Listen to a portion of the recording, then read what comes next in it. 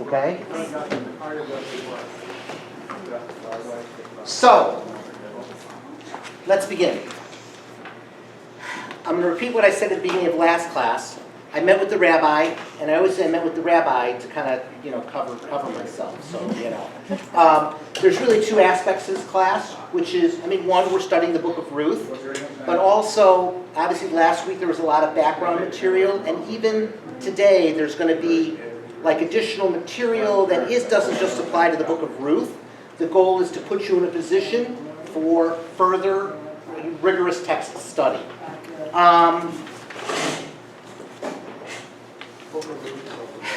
Before last week, I wasn't sure how much time. I didn't know if we'd finish early or not. And I started off, I thought we would make a good time, as you recall, and then all of a sudden we weren't making good time. So as it turns out, we will have spent by the end of the day 4 hours on the book of Ruth, which, if you read it, how long did it take you to read the book of Ruth? Yeah, 10 minutes. And that's just about, that's kind of the way it should be. So we won't cover everything. I did get your suggested emails for study for what to concentrate on this week, and I have kind of guided that based upon your responses. Thank you very much. But we're not going to get to everything. So, there's next year and the year after, and that's a good thing. I'm going to start with just a biblical timetable. Okay? This is very loosey-goosey. I'm not saying it's accurate. I'm not saying it happened. As you recall, people I'm going to say last week, 2 weeks ago, one thing I didn't do was say, who wrote the book of Ruth? When? Why? Is it true? I didn't kind of cover any of that. Is there room? Okay. We'll sit here. Okay, and you have a book. Okay, perfect. We're going to kind of get to that today in a roundabout way. The best sellers of your responses, people wanted to hear, and it wasn't really what I expected, people wanted to study more of the theological opinions of the book, and also kind of the historical aspect of the book and its authorship. And those are great choices, because in fact we're going to see that those kind of mesh together, and it's going to be, I think, a lot of fun and very, very interesting. Does everyone have or sharing a book? You don't have a book at all? Okay. So it's Bobby, you were here last week. David, I can give her mine and share with Ivy. Okay, would you do that, please? Yeah, okay. Thank you very much.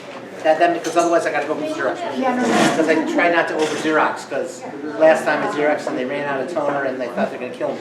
So I'm like, ran out of toner. See you guys. So here's this loosey-goosey biblical timetable. So the period of the Judges, in the book of Judges, 1300s to 1000s, approximately. I'm not going back further. So if you want to know, like, when Abraham lived, you're talking to the wrong person.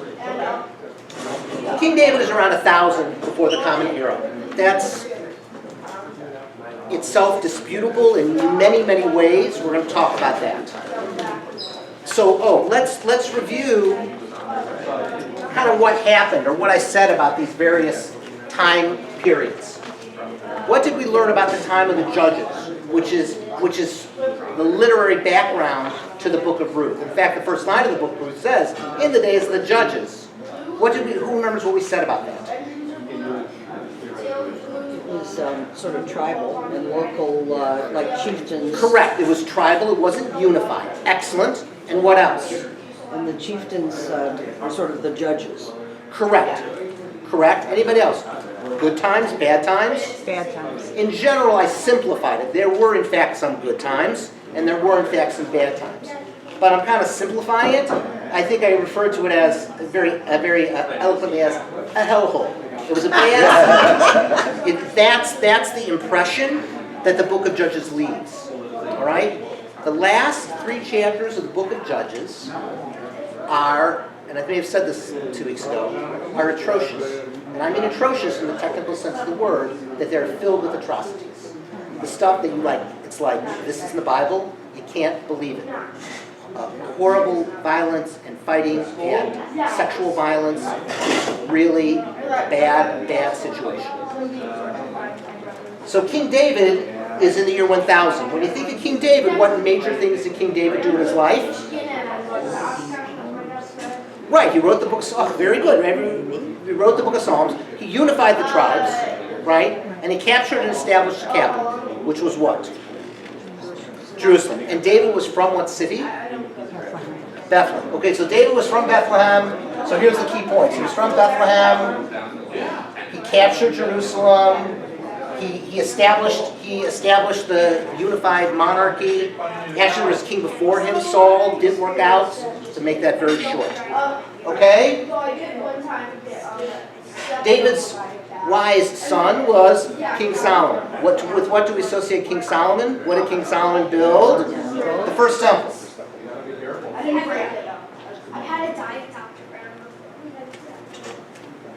Approximately how long was the reign of King David? Any math majors in the crowd? Raise your hand if you think you know the answer.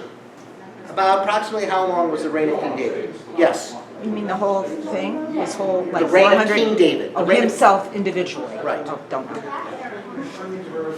Any math majors here? 40. Thank you. If you think the answer is 40, you're wrong. So King Solomon builds the first temple. Then there's a break in the temple. There is a fissure, and there's a schism.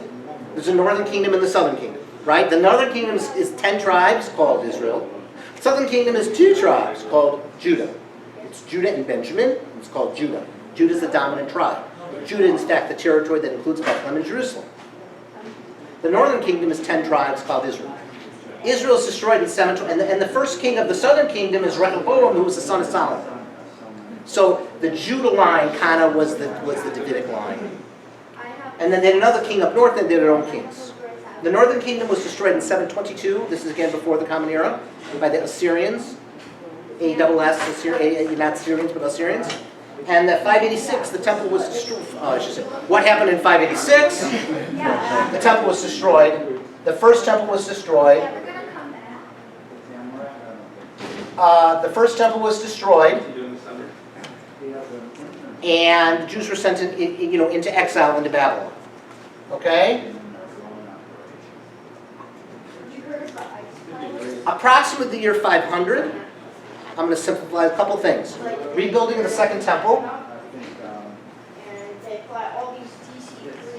Because the Babylonians, who had overthrown, who said Jerusalem, were themselves overthrown by the Persians. And the Persians are kind of good guys at this point. Don't worry, it gets worse. So the Persians were kind of good guys. And they rebuilt the second temple. It was also the time of the sort of the big biblical characters there. Now, I should have said, on what day, does anyone know what day was the temple destroyed? What day do we commemorate the destruction of the temple? What day in the calendar? Tisha B'Av, the 9th day of the month of Av. It's in the summer. Okay? 520 is the second temple. And also the big machers are Ezra and Nehemiah. Ezra reinstitutes the reading of the law, the reading of the Torah. The regular public reading of the Torah started with Ezra. And Ezra also came up last week. Anybody remember how Ezra came up last week? He had when they returned from Babylon, he had a very draconian measure. What was?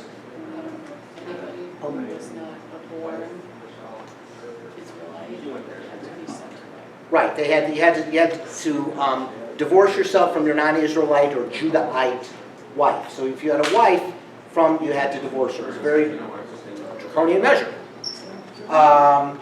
Then I'm being very simplified. I'm just skipping, a little thing called Alexander the Great and skipping the Roman Empire. But in the year 70, the Common Era, the second temple was destroyed. Okay? So I'm gonna kind of erase this, but I'm gonna leave the dates up there just for reference. And I should say that year 586, when the temple was destroyed, anything before 586, it's called pre-exilic, and after 586 is post-exilic. So the key years I had up here was like 1300 to 1000, and then I said 1000 was King David, and then about 960 was Solomon, and I tricked you, and then 722, the northern kingdom was destroyed, and 586, the southern kingdom was destroyed. We're going to call it 500, it was rebuilt, and then in 70, Common Era, it was destroyed by the Romans. Okay, fine. Now I'm going to give a plug here. I meant to do it at the last lesson for a website that I recommend for you. And so maybe write it in your book. I'll write it down here. myjewishlearning.com. All one word, no dots, no dashes. I think myjewishlearning.com is an outstanding website. And do you subscribe to it? Get the daily emails? Okay. They have a lot of there's articles that are written by scholars, but made for lay people. Lots of very different subjects. One thing that some people, when they want to get interested in study, they think, well, I'm going to study the portion of the week. You know, in synagogue we read it every week, and it's a good thing to keep up on and all that. And there's no problem with that. But I myself, what I do and what I recommend for other people is the amount of time that you study the portion of the week, maybe 15% of your time, of your Jewish studies. One day a week you do the portion. If you do a little bit, it shouldn't be the whole of your study, the portion of the week. And in fact, when you study Tanakh, the Hebrew Bible, you shouldn't just study the Torah, but you should study the Nevi'im and the Ketuvim. So what's nice about My Jewish Learning is they do have a portion of the week, but they have many holidays and history and all that. Also, I like about it, it's kind of down the middle. It's not movement. It's not a conservative side or an Orthodox side or a Reform side, and it kind of handles that very well. Also, it's not very political. You're not going to get a lot of political articles, and it's like I know where to go for that, and it's like Machai, what a relief! I don't have this site doesn't have a lot of political articles, and so in that sense, it's nice. So that's just my plug for myjewishlearning.com, and I hope you subscribe to the daily email. It's a very nice thing. I want to review the table of contents on the very first page here.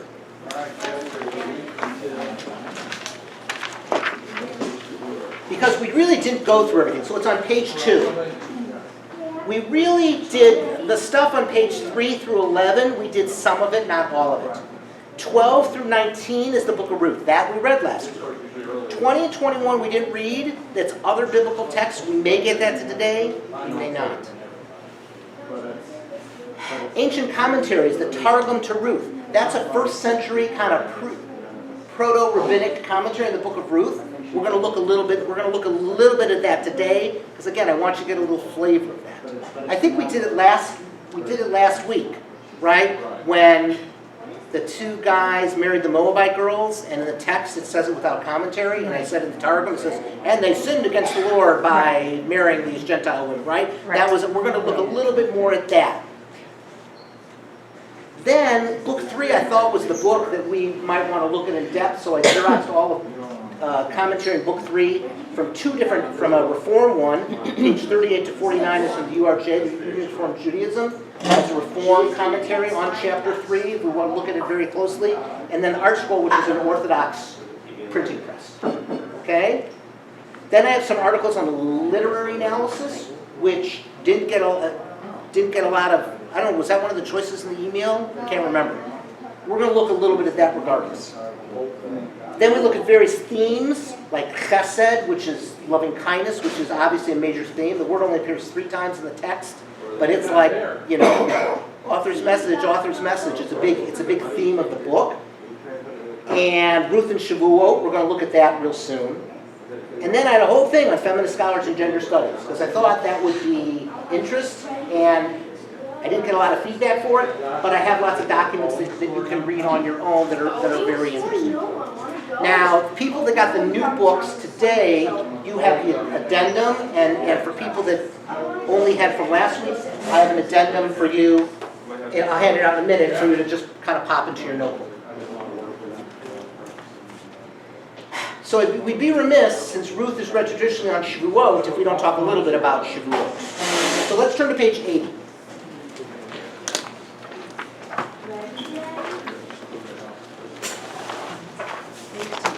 80.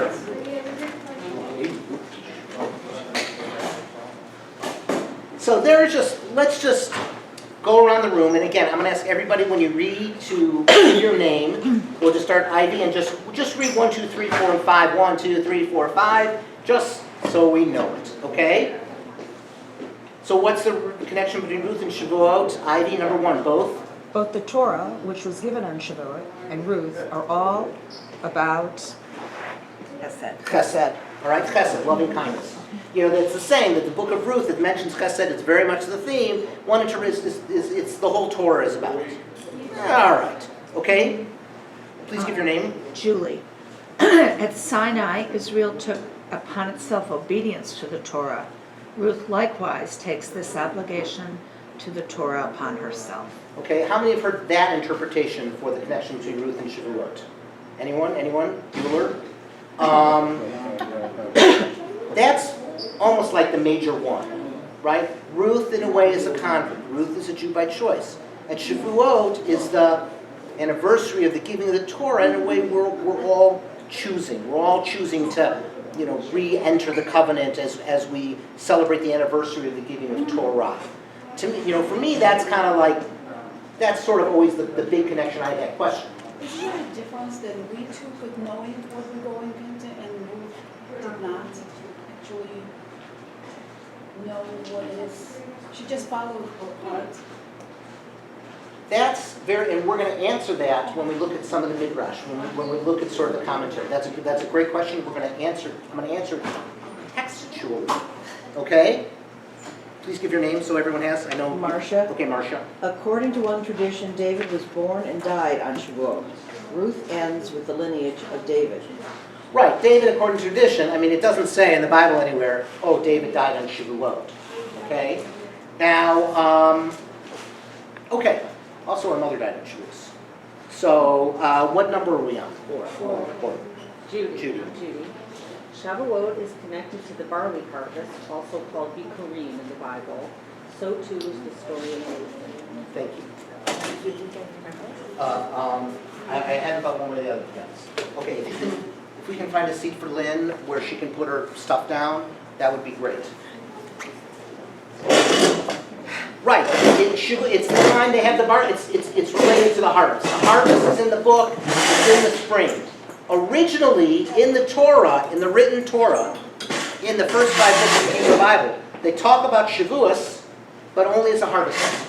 They don't say, oh, this was the anniversary of the giving of the Torah. Okay?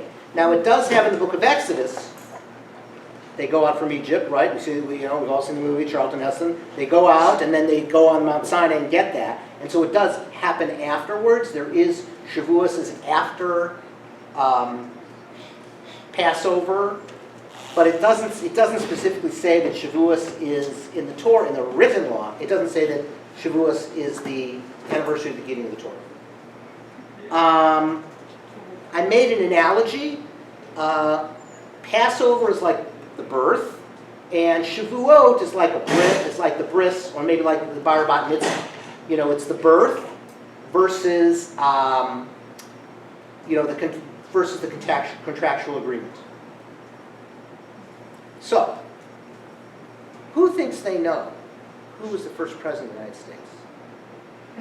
Raise your hand if you think you know who was the first president of the United States? You're wrong. He was the first elected president. The first president of the United States was John Hanson, who was the president of the United States under the Articles of Confederation. Okay? I know, I looked it up on Wikipedia this morning. So, in a way, Passover is like 1776, and Shavuos is like 1789. It's the contract, it's the deal. Okay, that's an analogy. Okay? Has anyone ever heard of the play that's on Broadway, What the Constitution Means to Me? Yes, I saw it. It's wonderful. Oh, really? Yeah. Do you know the producer's brother is really good? The producer's brother What is it? is a really good looking. No, our sister is the producer of What the Constitution Means to Me. So watch the Emmys next Sunday night. Tonys. Oh, it's just the Tonys? Who That cares? one's up for 2, for the acting and for the writing. Yeah, I should know that. Okay.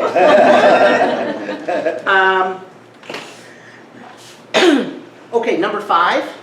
Adrian, a midrash, Ruth Sutta, claims that the Torah can be adequately grasped only by those who have suffered.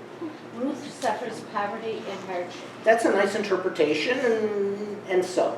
But for many people, like the major Jews, it's the connection with the harvest. Really, that Ruth is a Jew by choice, and in a way, we're all Jews by choice. And the connections with Chesed. All right, so Shavuos is Saturday night, Sunday day. It's the first day of Shavuos. There's a study session at the rabbi's house. I think you have to online. I think you have to click to register for it, and then services on Sunday morning with the Yisro. Okay, so I just wanted to cover Shavuos, even though it's a Ruth class, because that's germane. Now what I want to do is I'm going to look at an outline of the book of Ruth, a little review, because I'm not sure if we're going to actually reread the whole book. So I want to kind of review by looking at an outline of the book of Ruth, and so that'll kind of jog everyone's memories. So let's turn, now this is not, in some ways it's not the greatest outline in the world, but we're going to continue, let's turn to page 56.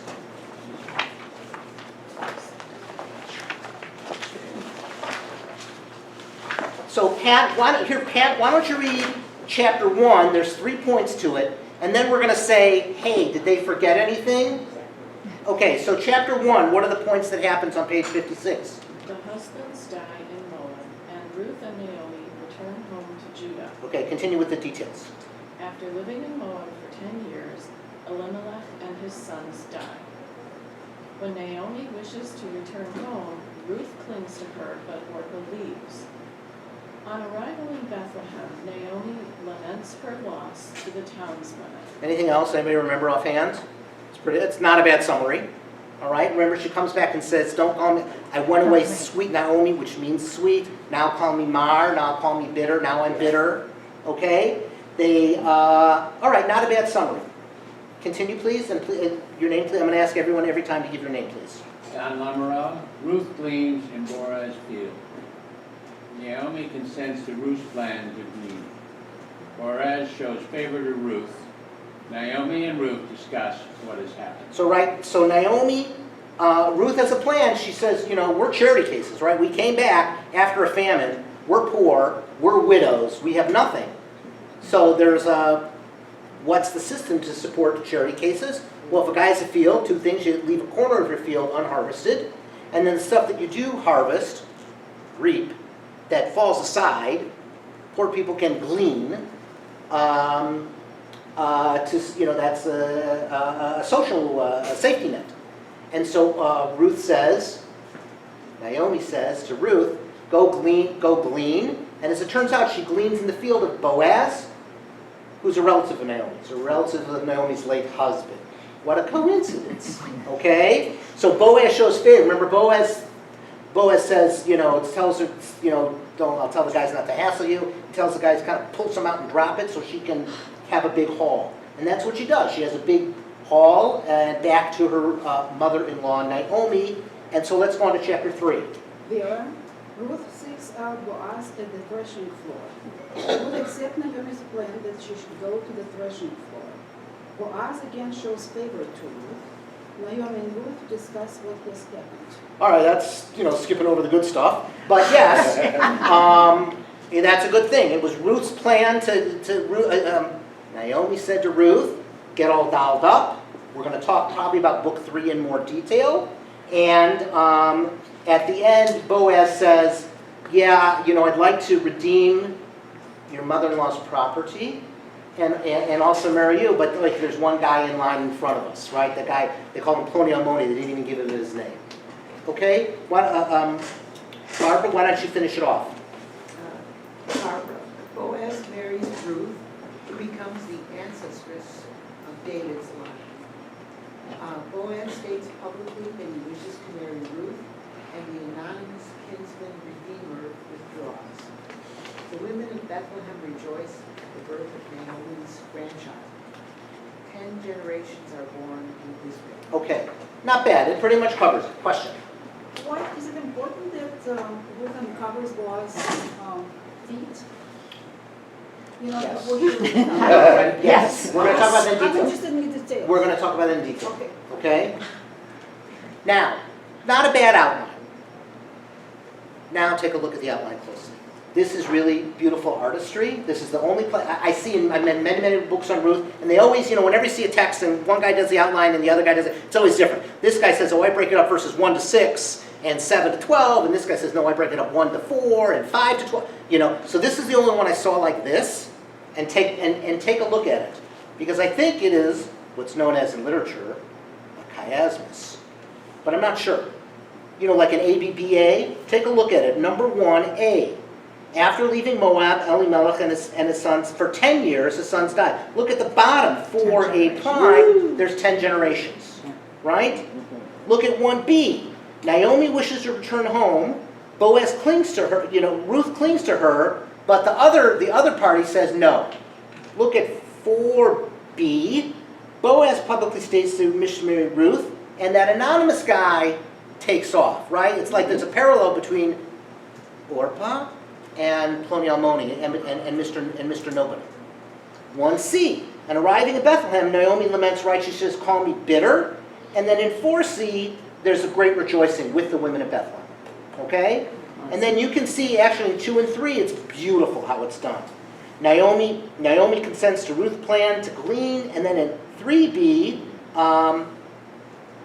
Ruth accepts Naomi's plan. It's kind of reversed. Ruth accepts Naomi's plan to lay at Boaz's feet. And do you have a booklet? Do you have your booklet? Do you have a booklet?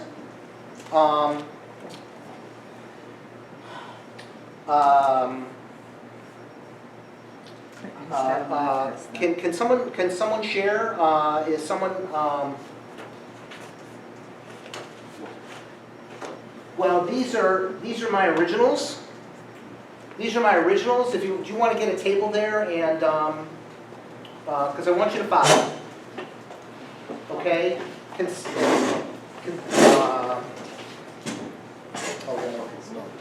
go back and share some. Why don't you? Can you get one of those? Just get a round table. Okay. I just want to make sure everybody has. If you can share with the board.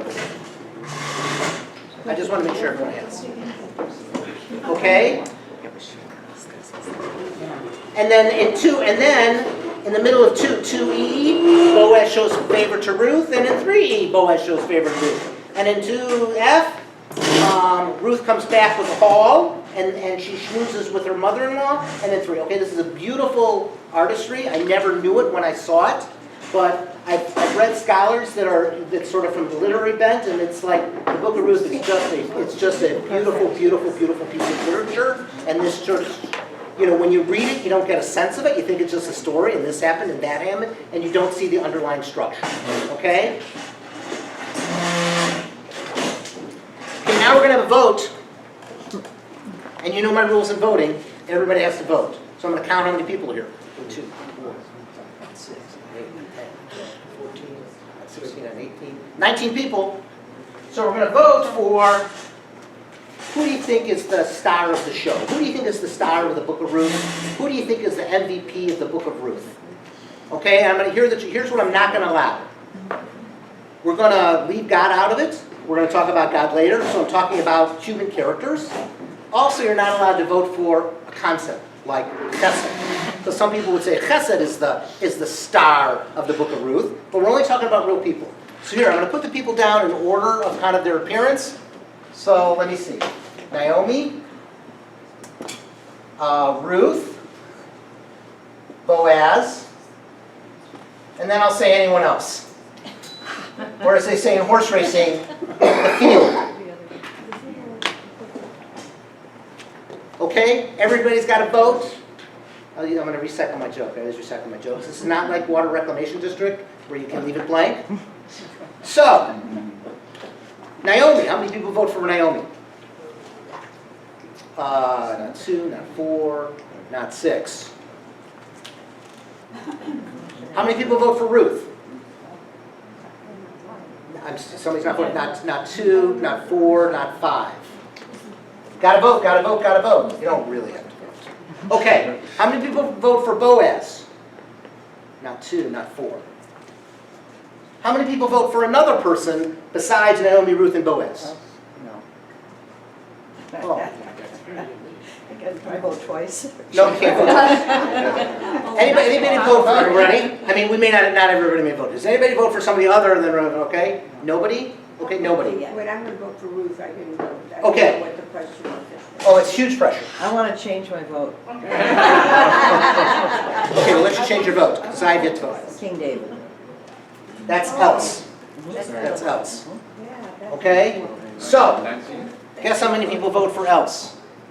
That'd be two of us. I and Ginger's after she said You know. it. Because I didn't Okay. think of it. Okay, I was hoping nobody would guess King David, and then I could say someone else. But that's okay. Now I'm going to hand out the addendum. I should have the right amount. You already have, so who?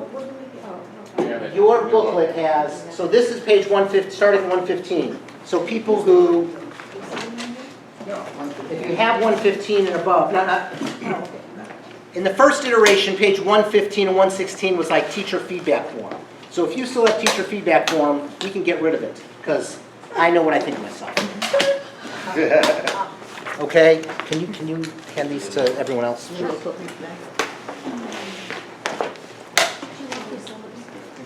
Just leave the clips on the table. Oh, I don't have it. You know what, now I don't have it, okay. So let's look at what are the contents in this addendum. On page 115 is the contents of the addendum. So there's additional stuff. I hope we have enough. On the bottom of 115, we're going to go to that in a second. It's according to the Talmud, who wrote all the books of the Bible. That's important to know. Does everybody have an... Well, hold on to that. Someone will probably need. Then I have a thing about Ruth and Esther, which we're not going to get to. We're probably not going to get to it. Ralph, do you have a text of the book of Ruth? That I'll give you also. I have one of them. Here. Can you pass that down? Because we're going to get to that in a minute. Then I have an article. Then I have a bunch of articles. From 116 to 130, I have an article by a feminist Bible scholar on gender in the book of Ruth. That was not hit the top 10 list of requests, but I had kind of studied this and I had anticipated, so I put it in there, and that's okay.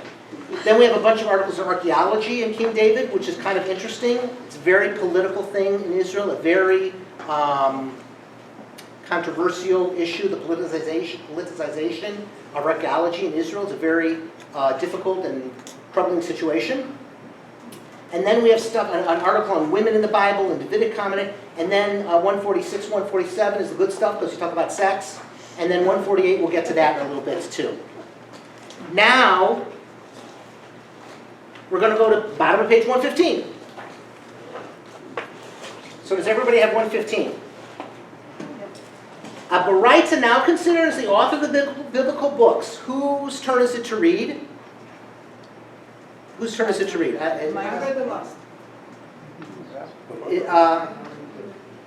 Myra, is it your turn to read? The Baraita?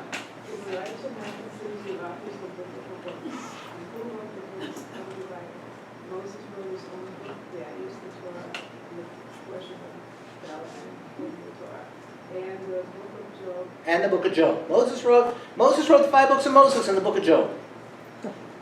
Joshua wrote his own book and 8 verses in the Torah, which describes the death of Moses. Right, because the last 8 verses in the Torah, Moses dies. How can Moses write, when he's dead?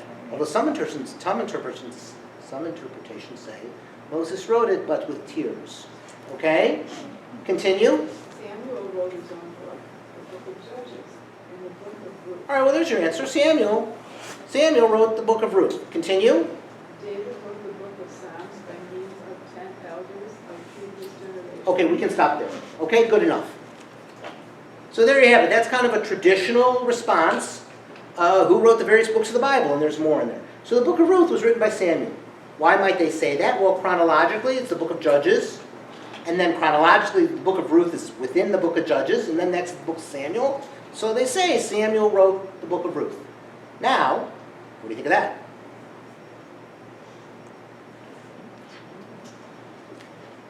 If you want to take a woman's kind of perspective, it's a man writing That's a word. Okay. Samuel appointed King David. Samuel did anoint King David, correct? He anointed King Saul and then King David. Well, what do you think about the thing when Moses wrote, Moses wrote the Torah, Inspired. right? Well, Not sure. what kind of Sunday school did you go to? Right, I mean, that's sort of a quote unquote, that's sort of a traditional response.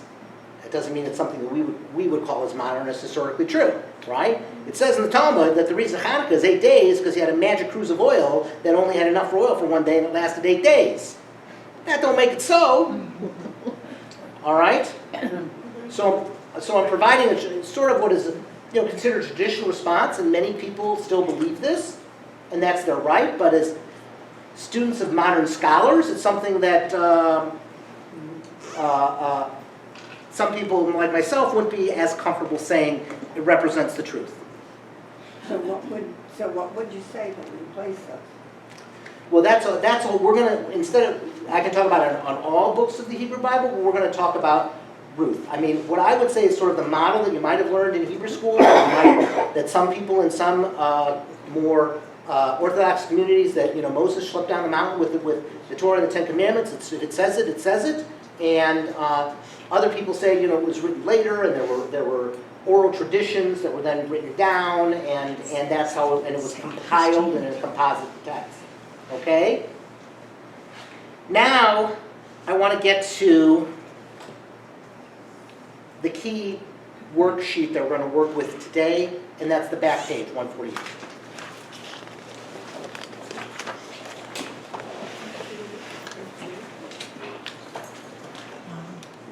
Now, if you remember in the somewhere in the front of your source book, I got a sheet kind of like this where I talk about certain key words. Remember? And remember what aspect of those keywords we were talking about? I was kind of looking at translations, like, oh my God, here's a word, it's the same word in Hebrew twice, but different in the translation, and so you don't quite capture it. And so we were kind of looking at that. That was on page 12 or something like that. Now what I'm doing is taking keywords in the text. I took out the Hebrew here, and also all the instances of where God appears in the text. Because people had questions, sort of, what's the theology of the book? And so this is, I think, every instance of God in the book, and every sort of key concept in the book. And I add a couple passages from other sources, from other books. So we got A through K. We're going to get through much of this, and this is going to be kind of almost the meat and potatoes of our class today. So the first word is pakad. We actually did talk about this one last week because it was a word that was the same word in Hebrew and translated in two different ways. So Vip, I want you to read, so say pakad in chapter 1, verse 6, as narration. Why don't you read that, Vip? So we're reading the top block in A. Naomi had heard that the Lord had taken note, God, of his people and given them food.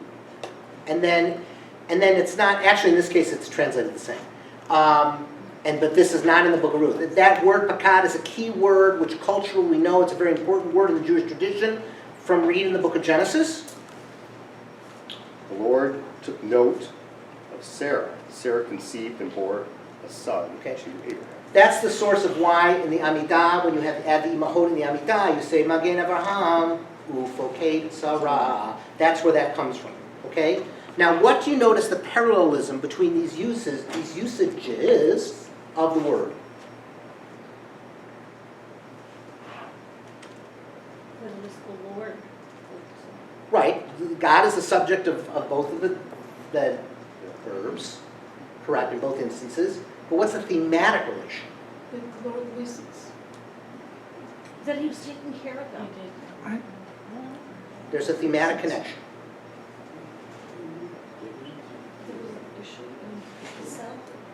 I'm not going to come up. We're still on pakad? Correct. There's a thematic connection He between gave them A with and B. life, either with food or by Or children. giving for a Yeah. child. Okay, what's the connection in a word? What's one word that kind of bridges both of those? Look and note. No. Chesed. Nope. Continuation of life. Yeah, but in one word. Lord, Hmm? People. Son. I would say the word would be fertility. Oh, Right? yeah. And one is fertility of the land and fertility of humankind. Okay? So that's a parallelism, you know. Now this is a tough thing. But also, it's the, not only people, but it's specifically talking about his people. And Sarah, of course, you know, the beginning Of the whole people. That's correct. That's correct. But what I'm getting at is kind of the parallel themes of fertility of individual fertility and fertility of the land. Okay? Yes? Could it be continuity?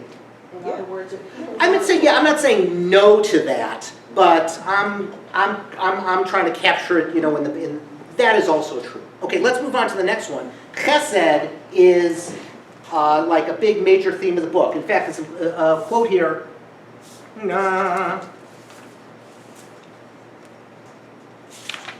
This is from Ruth Rabbah. It says the book of Ruth has nothing to do with impurity or purity, right? None of those laws, none of those laws, you know, those millions and jillions of laws. It's not a legal code. Not what's forbidden and forbidden. So why is it written? To teach us the greatness of the reward for acts of loving kindness. All right? That's an interpretation of the book. The book is about chesed. Okay? So let's look at chesed. Whose turn is it? Lynn, do you want to read, or are you going to take a pass now? I could try. So in chapter 1, verse 8, Naomi says to her two daughters-in-law, Yep.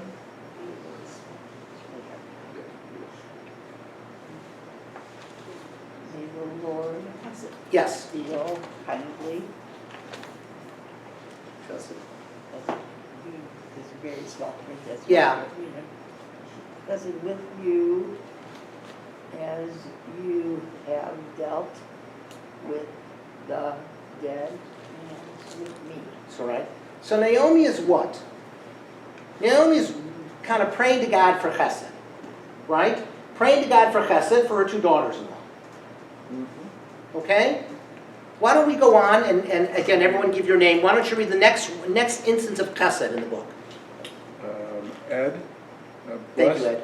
blessed be he of the Lord, who has not failed in his kindness. Okay, now Naomi says that to Ruth. It's at the end of chapter 2. So to what is she referring? What act of chesed is Naomi referring to? End of chapter 2, yes? Was it the field? Yeah, that Ruth came back with a big haul, a big charity haul. That Ruth came back with a big haul of charitable giving. Right? So I got a question. Here's a little ding ding ding author's message.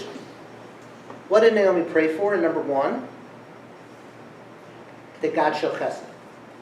What happened in the middle verse? He showed it. Or did God show chesed? Who showed chesed? Boaz showed chesed. Okay? So who would like to, why don't you read the bottom one of B? Okay, Dee Dee. Be blessed of the Lord, daughter. Your latest deal of loyalty is greater than the first. Okay, now Boaz is referring to Ruth's chesed. Okay, the first act of chesed that she showed, the first act of chesed that Ruth had shown was that she stuck with her mother-in-law. And most people interpret what Boaz is saying, your second act of chesed is, you sought me out as a husband because by marrying me as opposed to somebody else, I would also redeem the land and bail out your mother-in-law Naomi, right? Because Boaz was the redeemer also, you know, he was also in real estate. He also was part-time in real estate, and he bought back the land of his distant relative Elimelech. So Ruth, by seeking out Boaz as a spouse, was again taking care of her mother-in-law. Okay? So once again, who should, yes? Yeah, but wasn't Naomi the one who was directing Ruth to do that versus Ruth? Correct. I mean, yeah, correct. There's instructions, but ultimately I'm saying in the third one. In the third one, right? I mean, correct. It was at Naomi's request that you go lay down at Boaz's feet. Okay. So I'm going to go to the next one, Nachum, too. Nachum means comfort.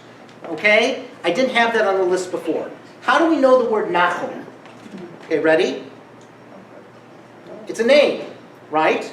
There's one of the prophets, one of the minor prophets. Remember those 12 little books? Oh, is it one book or is it 12 books? Nachum is one of those prophets, right? Nehemiah. Oh, I erased Ezra and Nehemiah. Same name. Okay? Nechama is a girl's name, right? Right. Now, sometimes it's interesting in Hebrew words. Sometimes there's what's called a performative mem, where sometimes words have a mem or an m sound beforehand, a prefix. Sometimes it changes the meaning of the word, and sometimes it doesn't. There's a name Menachem, which is related to Nachum, right? Who historically has the name Menachem? Right, Menachem Begin, Prime Minister of Israel. Okay? What's the name of the Secretary of Treasury? Nuchin. M-N-U-C-H-I-N. Ah. Steve Mnuchin, yeah, right. It means comfort. Okay? What? Yeah. No politics in class. Okay. Now, ready? Where in our Jewish lives does the word comfort sort of come in big? When we think of comfort, what do we think of? Shiva. Right. When someone passes, we think of comfort. And who provides comfort? The community. The community provides comfort, and also we say God comforts, right? Like you say Hamakom Yenachem. May the omnipresent show comfort to you. So that's in an individual's life cycle. What about, say, in the calendar year? What's the time of where does comfort come into play?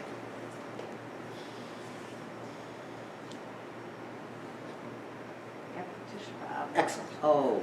Tisha B'Av, the holiday on the 9th day of Av, it's usually in August or something like that. It commemorates the falling of the temple.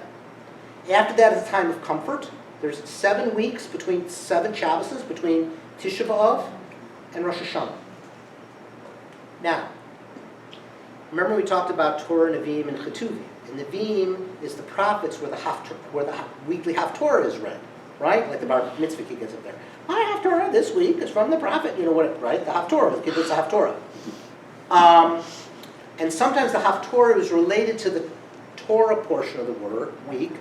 It's kind of thematically. Sometimes the Haftorah of the week is based on the calendar and not thematically related to what's read in the Torah scroll. These 7 weeks between Tisha B'Av and Rosh Hashanah are the 7 Haftorot of consolation. Okay? And they're all poems of consolation. They all come from the book of Isaiah, from the book of Isaiah chapter 40 and onwards. And they're all sort of Haftorot of comfort. And they're all just beautiful. They're beautiful Haftorahs of comfort from the book of Isaiah, who's writing after the destruction of the first temple. And in fact, the beginning, Isaiah chapter 40, begins, Nachamu, Nachamu, Ami, Yomar Elohim. Comfort, oh comfort my people, says God. Okay, so it's important to know that's not in the book of Ruth, but now the word comfort and in different forms appears in the book of Ruth. So I don't know whose turn it is. Do you have this page 148, Ralph, or no? Yes. Okay. Nahum, chapter 1, verse 9. What does Naomi say to Ruth and Orpah? Do we see or do? C. C1. May the Lord grant that each of you find security in the house of a husband. Okay, so Naomi's kind of praying that you find. Now, there they translate menucha, comfort, as house, as security. Okay? They pray that God might find security. Why don't you read the next one, Ralph, and what happens? Ruth says, "You are most kind, my Lord, to comfort." Okay. Now, there, my Lord is lowercase l. My Lord, that's the title of Boaz. It's not capital. It's not God there. Okay. Pat, why don't you read chapter 3? This is when Naomi's planning to go to the threshing. Naomi's plot for Ruth to go to the threshing floor. Daughter, I must seek a home for you where you may be happy. Right? Comfort, but by there she means literally a home. And, ultimately she finds it, again, they're praying to God for it, but ultimately humankind delivers, right? Then I have that quote from Isaiah, Nachamu, Nachamu Ami Yomar Elohechem, comfort, oh comfort my people, says your God. And then I found there's a midrash on that book in Isaiah, on that verse in Isaiah. And who wants to read it from Pesikta to Rav Kahana, 16a? Pat, why don't you read that? God exclaims, Boaz comforts, will I not comfort? Right. So what is that saying? That's a midrash. That's maybe from the year 500 of the Common Era. But what is that saying? What theological statement does that make? That mankind can comfort, and God is looking at God's role, and can God comfort people also? I think you missed a step in there. Yes? The man comforts in are we going to bypass God? And just let the man do? I don't think that's possible. Anybody else? God is, Nothing. What? Why don't you? God is questioning himself there. And it's God who says, God exclaims, if Boaz comforts, will I not comfort? And kind of finish it off. What is? I think Yes. until people take actions, nothing happens. Okay. It's a partnership It's a partnership. Go on. between God and man. And what is God? What is God? God blanks for man in this case, for mankind. His question. Nope. I mean, No. another answer. Reinforces what mankind takes from God. Mankind takes. That's not what I'm thinking. Okay. He says, God says, Boaz comforts. Will I not comfort? Well, they're the same. I mean, his will I not comfort means I do comfort. Right. Or I will comfort. Right, and so it's God does what for man in this case? models, leads. Right. God learns from mankind. Right. I think that's the beautiful twist here. I know people are all barking up the same tree and like, oh, Dave, I don't word it exactly correctly. David says, no. So I know people understood this. This is a beautiful midrash. It's in a way God God learned his comfort skills, from humankind's kind deeds. Okay? I'm going to skip because I think we've covered the main thing that I want to get. During Ashrei, which is recited at least twice a day, right? It's an alphabetic acrostic, the body of it. So you get to the letter Pei in Ashrei, and it says, Poteach et yadecha u'maspil lecha ritzon. You were talking about God. God, you open your hand and satisfy everyone's needs. Okay? That's what we say. God, you open your hand and satisfy everyone's needs. There's a custom, it's not a law, there's a custom when we read that verse in Ashrei. Anybody know what this custom is when we read the verse Ashrei? Some people, they open their hands. You open your hand. So, why do people open their hands when you're reading the verse? When we're reading the verse, saying, God, you open your hand and you fill the needs of those in need. To receive it. To open your hand. To open, to open your hands, right? This actually is a major theological point, but also like a practical point.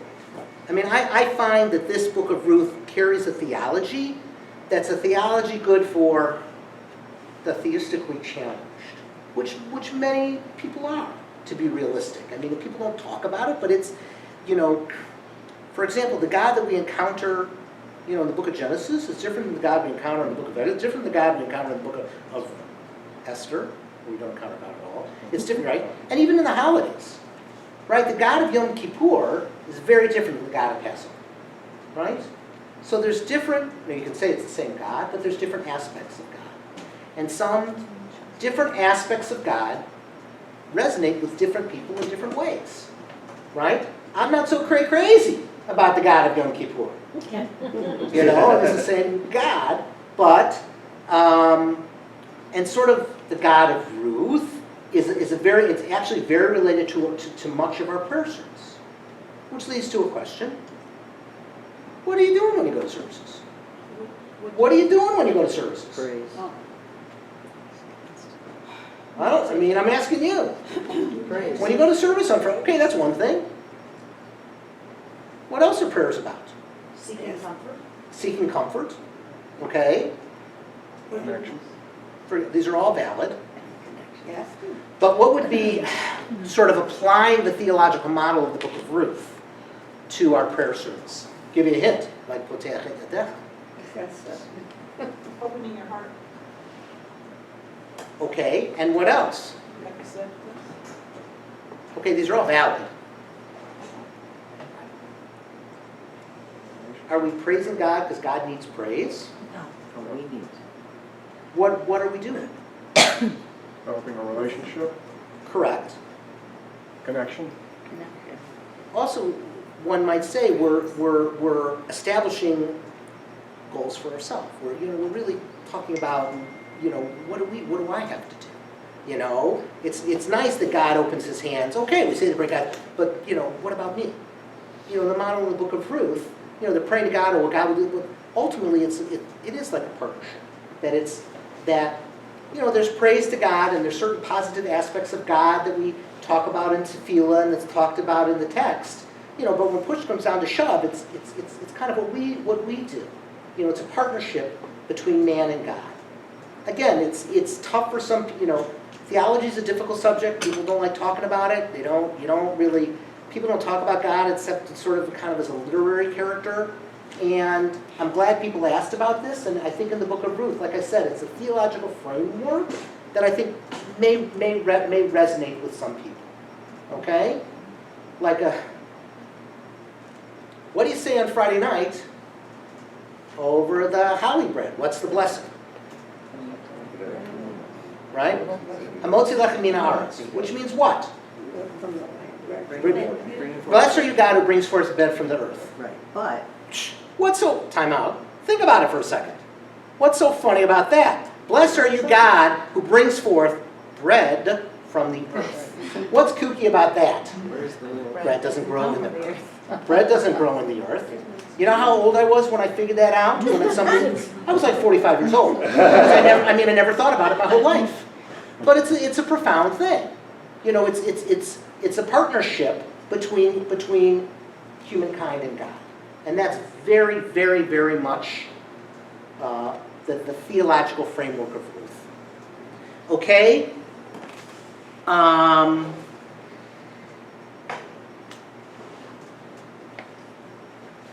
We're doing okay for time. I'm going to skip a lot of these. I'm going to real fast. In D, remember when Naomi complains how bitter she is? And in the third one there, the bigger one, she says, I came back empty, rekam. And then what happens? Boaz says, don't go back to your mother-in-law empty. It's a beautiful signal in the text that really, Boaz is, in this case, Boaz is kind of answering the prayer. Boaz is stepping up to the plate and answering the prayer. Now, what is Boaz doing to kind of do God's work? He's supplying the dowry. The dowry or other financial support. One, he's like being a good law-abiding citizen. That's an important thing to remember. He's setting aside a corner of his field and he's letting the droppings there and make sure that the poor people can pick up the droppings, which you can't assume everybody did. And two, above and beyond that, he showed chesed. He showed, kind of a little above and beyond, loving kindness. One can say that why did he leave a corner? Why did he let the poor people glean on his fields? Well, you could say because God commanded it. So it's this cycle. He was a good boy. He was a mensch and a half. He's one of the great mentions in the whole Hebrew Bible. And he did his legal duty, and he did kind of above and beyond. Okay? Does anybody know, if I say, what is tzedakah? The word tzedakah, what might most people think that is? Charity. Technically, it's not charity. Charity is kind of an example of tzedakah. Tzedakah, if you look it up in a dictionary, would be oftentimes translated as tzedek, tirdof. justice or righteousness, or righteousness. So the word tzedek or tzaddik or tzedakah really means kind of being right in your behavior and law-abiding your behavior kind of in the public sphere. Like a judge should show tzedek, a king should show tzedek, a judge, a public official should show tzedek, or an individual should be a law-abiding citizen. So that's tzedek. Now the word tzedek doesn't technically appear in the book of Ruth, but it's an important concept. Tzedek means like to be a law-abiding citizen, sort of in the public realm. Chesed, loving kindness, is sort of being a stand-up guy, a mensch, or in the private sphere. So Boaz kind of showed both. That he fulfilled his legal obligations, he left charity, he redeemed Ruth, and chesed, extra loving kindness.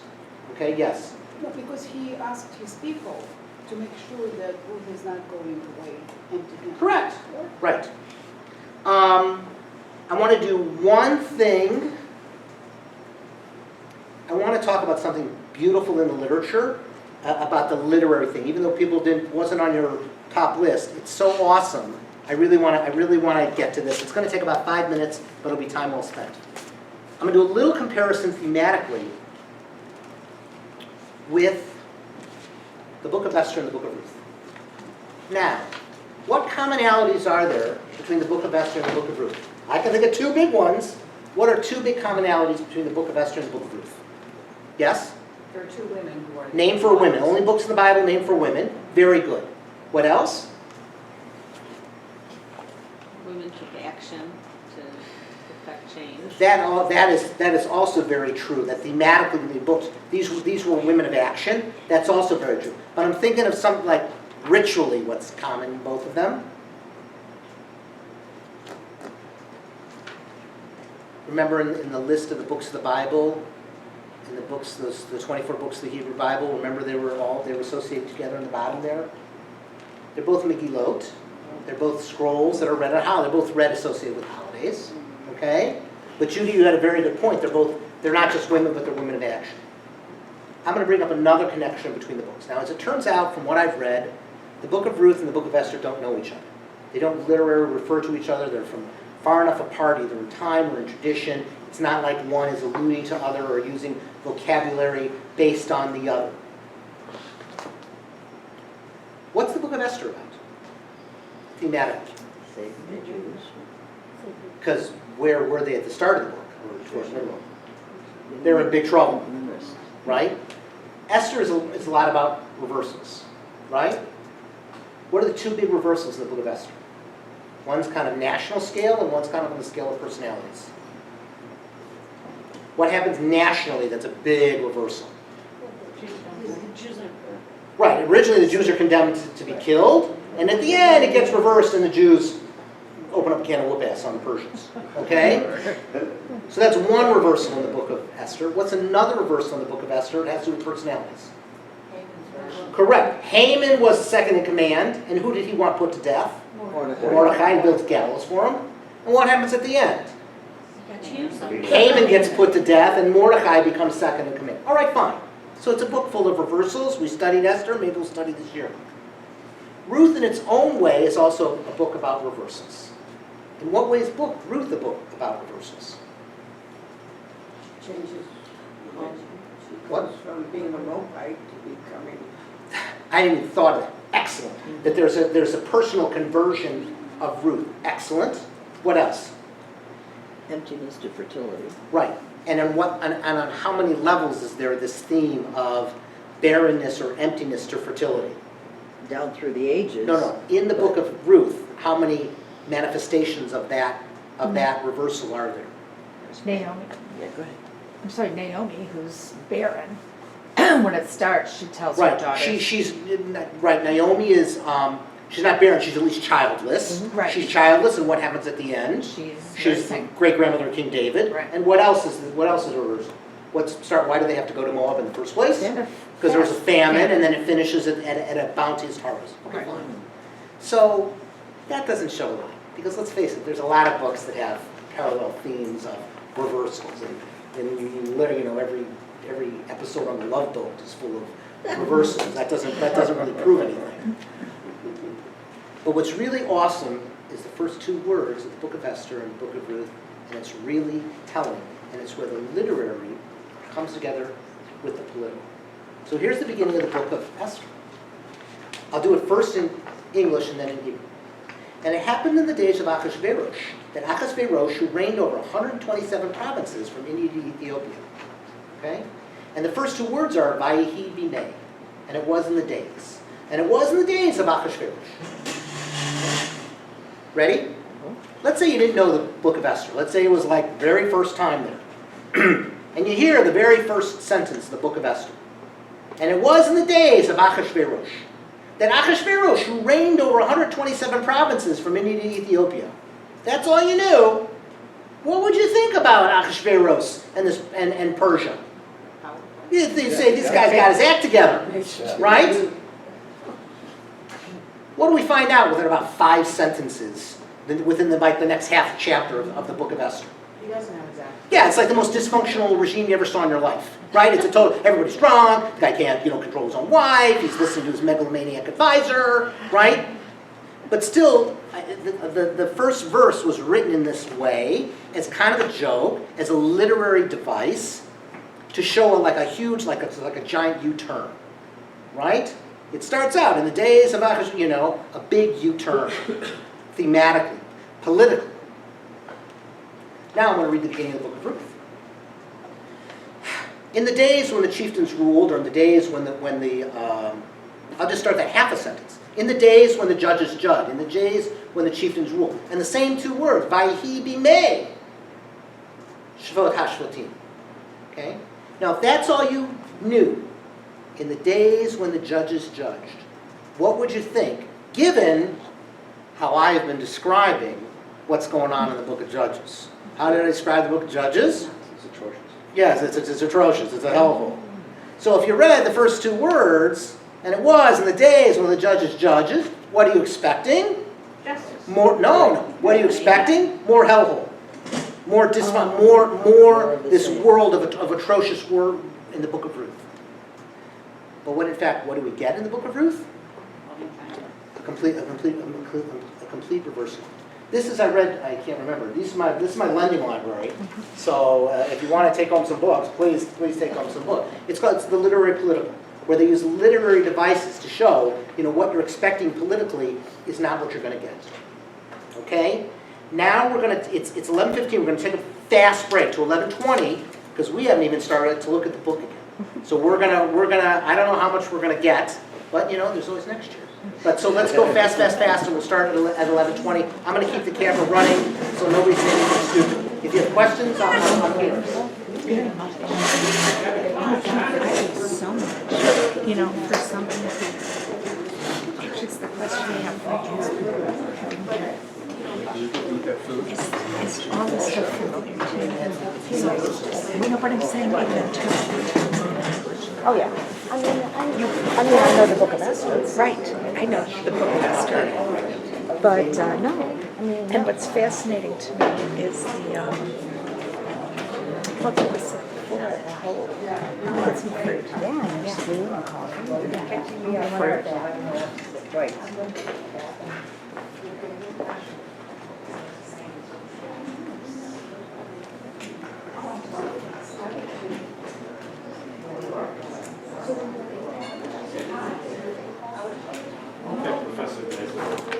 Okay, already I get the feeling I can't answer. You're going to stump me or something, but go ahead. Well, what the book of Ruth also accepts versions. Right. She says that their God would be my God. Right. That's the version, I assume. Well, we may talk about that. I'm not sure. We have such little time. I don't know. Maybe we'll look at that Well, verse. that's why I came up to ask. Okay, then I think I will. You don't. Okay.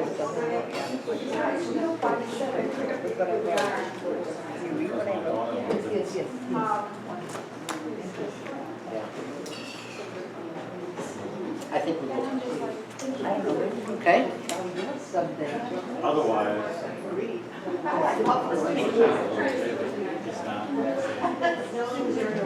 What's that? Yeah, but it's good, you know, that's, yeah, you know, where it's good enough for government work, so.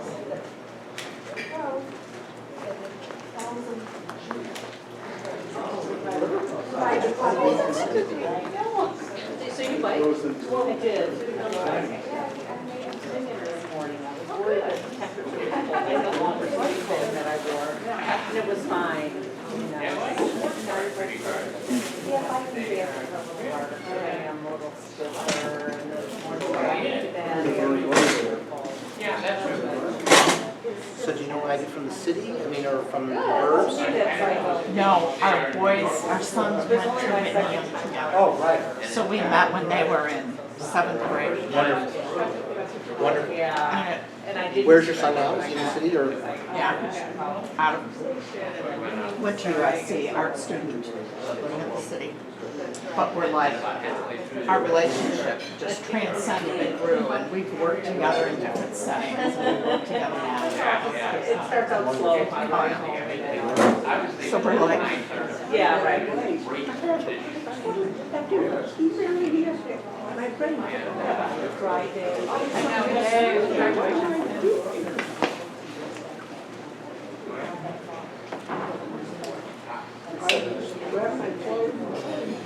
I wouldn't be married to my second husband if it weren't for Ivy. She sat me down at one point and said, you gotta start dating, you gotta find a husband. And she went online and checked out all the different dating sites. And she said, Mark is like, what the hell's going on? That's funny. Told me which one to use. My 4th date was my husband. So at our wedding, my husband toasted Ivy and said, I'm Lithuanian by ethnicity, nationality. And he said, I want to thank Ivy for getting Julie off her fat, wiggly ass and getting out there. I was amazed at her.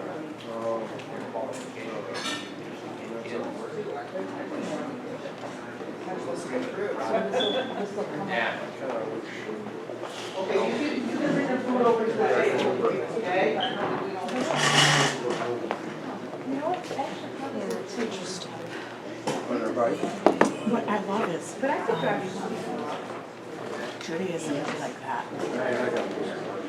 Fascinating other to me in culture, because it's not that the culture in which I'm raised. You know, of it, I have friends who are Jewish. It's always kind of around me. But it always is intimidating to me. You know, Judaism is so intimidating to me. when I think of Judaism, especially because of this, I think of the saying, 2 Jews, 3 opinions. And that to me is that is what Judaism is. Well, which is the thing I appreciate about it. Even when I learned about the Midrash and all that, my one minister was very, that's why he loved the Old Testament. He taught so much about it. He should have been Jewish, not Presbyterian. He should have been a rabbi. But he was he came to the whole of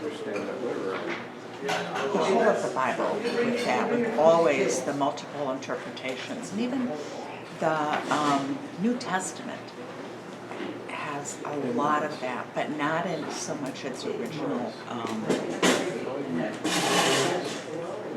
I don't think so much in its original.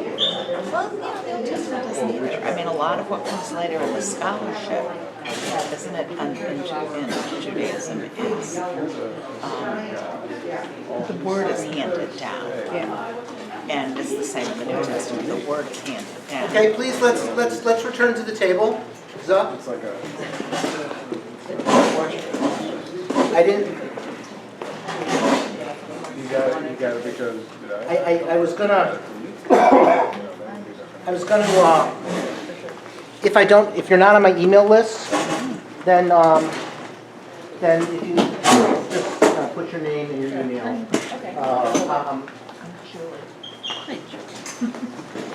I'm sending around a class list only if I don't have your email already. If I haven't already, you know, and like I said, if I have your email, you know it. Okay? So we're going to start now. We're going to start going through the book, and I was hoping to read the whole book and go through stuff, but there ain't no way that's going to happen. Which is really, actually very, very nice. You got to leave some for next year. Let's take a look.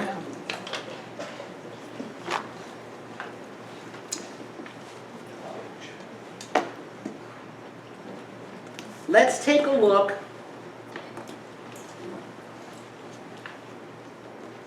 Let's take a look at verse 1. Who wants to read verse 1, chapter 1, page 12? Page 12 in your source books, please. Has that a chance to? Okay. Page 12. The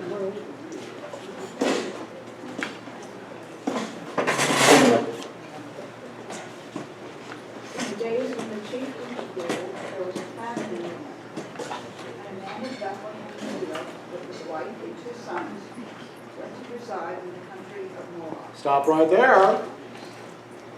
Why was there a famine? Oh, because the chieftains weren't ruling wisely. Why is there a famine? That was a hellhole. Nobody was taking Why was there a famine? Doesn't rain. No, why? I'm not. That's the answer. What is a famine? Why was there a famine? Wasn't there a famine? It wasn't in Israel when it came out. It was in the other country. No, this was in Judah. It's very simple. It's right in front of you. How does it explain the famine? I'll give you a clue. Just like last week when I explained, why was Abraham chosen to be, why was Abraham chosen?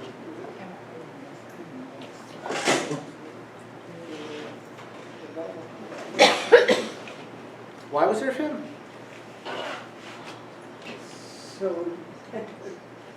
So the story could happen. It's a plot device, right? Why was there a famine? Yes? Okay, so No, that's wrong. I can tell already it's wrong. Why was there a famine? could possibly be that maybe they were not behaving properly Nope. when the chieftains were ruling. Nope. So, The reason there was a famine was, it doesn't say. I'm not being a wise guy. The fact that it doesn't say is interesting. Because you would be right to expect it might say, because they misbehaved, there was a famine. That's what you would expect, and it doesn't. So that in itself is interesting. Okay, maybe we'll get a chance to look back at it, and if not, then you got to take a class next year. What was the way to connect in with the Moab? I understand the plot device. I understand the plot device aspect, right? But I'm saying I really should say why does it give no explanation? That's really what I'm saying. I have a theory, but I don't know if I'm right. Okay. Let's turn to verse 16. On page 13, chapter 1, verse 16. This is the famous quote that oftentimes people will say it at weddings to each other. Whose turn is it to read? I've lost track.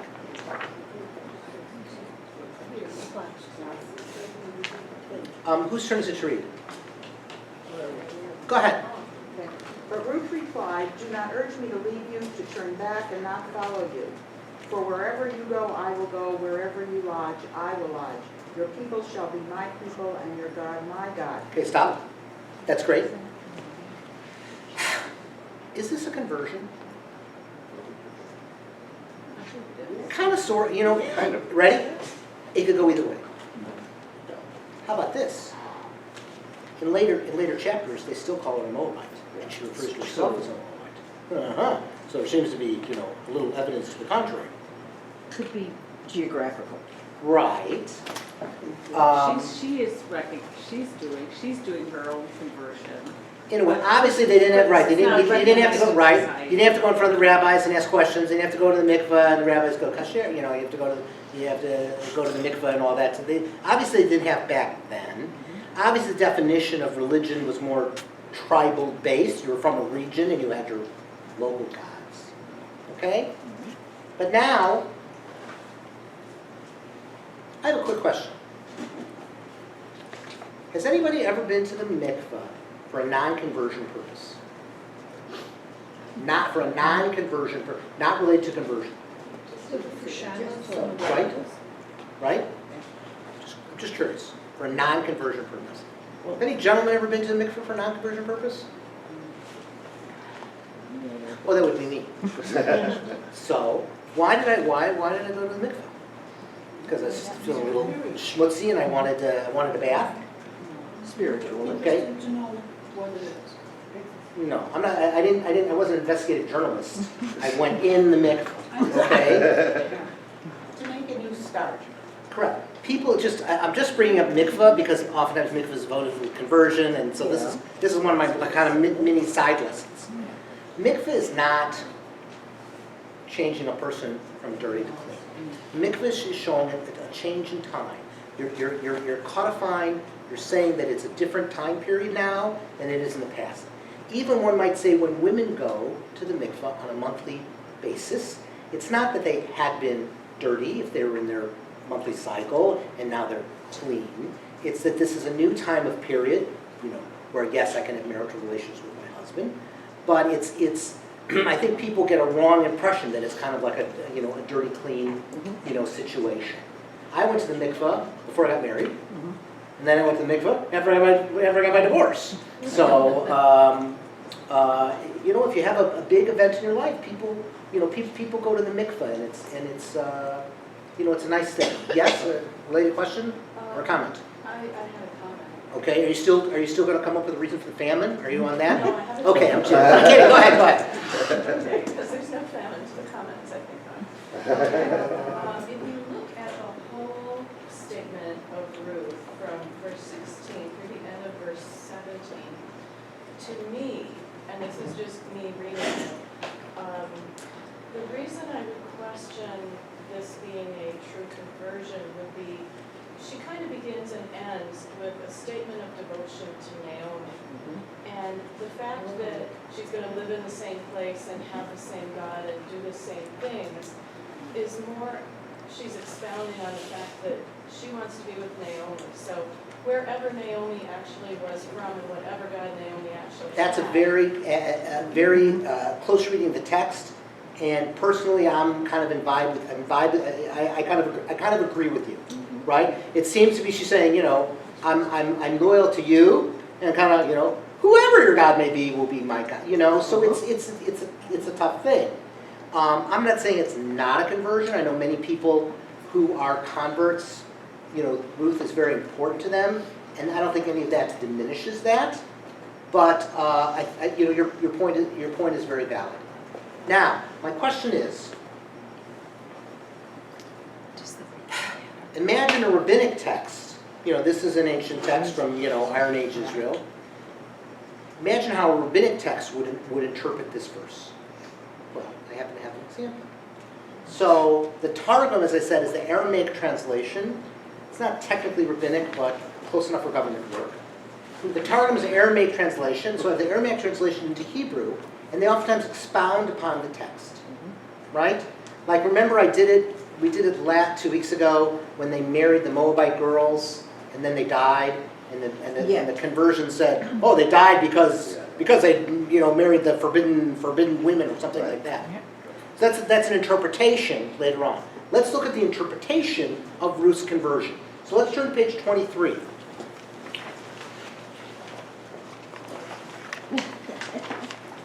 It's done verse by verse. So 23, verse 16, second from the bottom, is parallel to verse 16 in the text. I'm going to read, while you're looking at verse 16 on page 23, I'm going to reread verse 16 from the written Torah. But Ruth replied, do not urge me to leave you, to turn back and not follow you. Wherever you go, I will go. Wherever you lodge, I will lodge. Your people will be my people. Your God, my God. Now, let's see what these guys say. But Ruth said, do not coax me to leave you, to turn from following you, for a desire to become a proselyte. Convert, right? So they added that, right? These guys are doing what I refer to as Jewing it up. Okay? They're Jewing up the story good. Right? For I want to become a convert. Right? And then now here Naomi said, Naomi doesn't speak in the verse in the Torah, but she's coming up with like preconditions for every one of Naomi's statements. Naomi says, hey, you know what? On Shabbat, we're commanded at the holidays to not walk more than a certain distance because we got these rules on Shabbat. Don't you know that? And Ruth says, wherever you go, I will go. And then they interpolate, said Naomi, you know, we are commanded not to spend the night together with non-Jews, right? And that's when Ruth said, wherever you lodge, I will lodge. So the Ruth quotes are plucked directly from the Torah, and these are rabbinic interpolations. Okay? This is, at least 500 years after the text that this was written. But they're, as I like to say, Jewing it up. Said Naomi, we are commanded to keep 613 commandments. Said Ruth, that which your people keep, I shall keep, as though they had been my people from before. Okay, there they fiddle with the line a little bit. All right. And then said Naomi says, we can't worship idols. And that's what Ruth says, your God is my God. So what is this text doing? It's responding to Pat's critique. Right. It is a conversion. Exactly right. They're saying, don't fool yourself. This is like kosher, kosher, kosher. Right? And you got to take the test from the rabbis. Okay? So we could spend a lot of time with this, a lot of time with that. It's very interesting. Again, this is an example of more full Torah study that, and we're just going to do a little bissel of this study. So let me see what I want to go to next. I'm going to skip a huge. Well, basically you got a choice of about 3 things to talk about. And they're all about sex, so it's really you can't go wrong. Let's go to the main sex scene. Let's go to page 8 of your source book.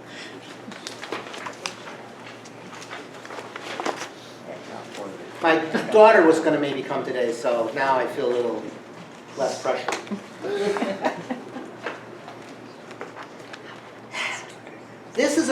These are different texts of 3 Hebrew words in the book of Ruth, and we're contextualizing them to understand different translations or possible meanings or possible interpretations that don't fully come across in the English, either meanings or contexts. So this is kind of background information, okay? Whose turn is it to read, I don't know, is it someone's in the back or should we start up in the front again? Okay, Ivy, why don't you read Exodus chapter 4, verse 25 about Zipporah. So Zipporah took a flint and cut off her son's foreskin and touched his legs with it, saying, "You are truly a bridegroom of blood to me." Zipporah is Moses' wife. This is Moses' son's bris. Okay? He cut off her son's foreskin, okay, and touched his legs with his foreskin. Now if you look over in the Hebrew, for those that read Hebrew, I bold-faced it. On the second line, third word, l'raglav. The word is regel, which means leg or foot. Regel means leg or foot. Football in Hebrew is kadu regel, football, footers, okay? Now when she says she took his foreskin and touched his legs with it, she doesn't mean his legs. All right?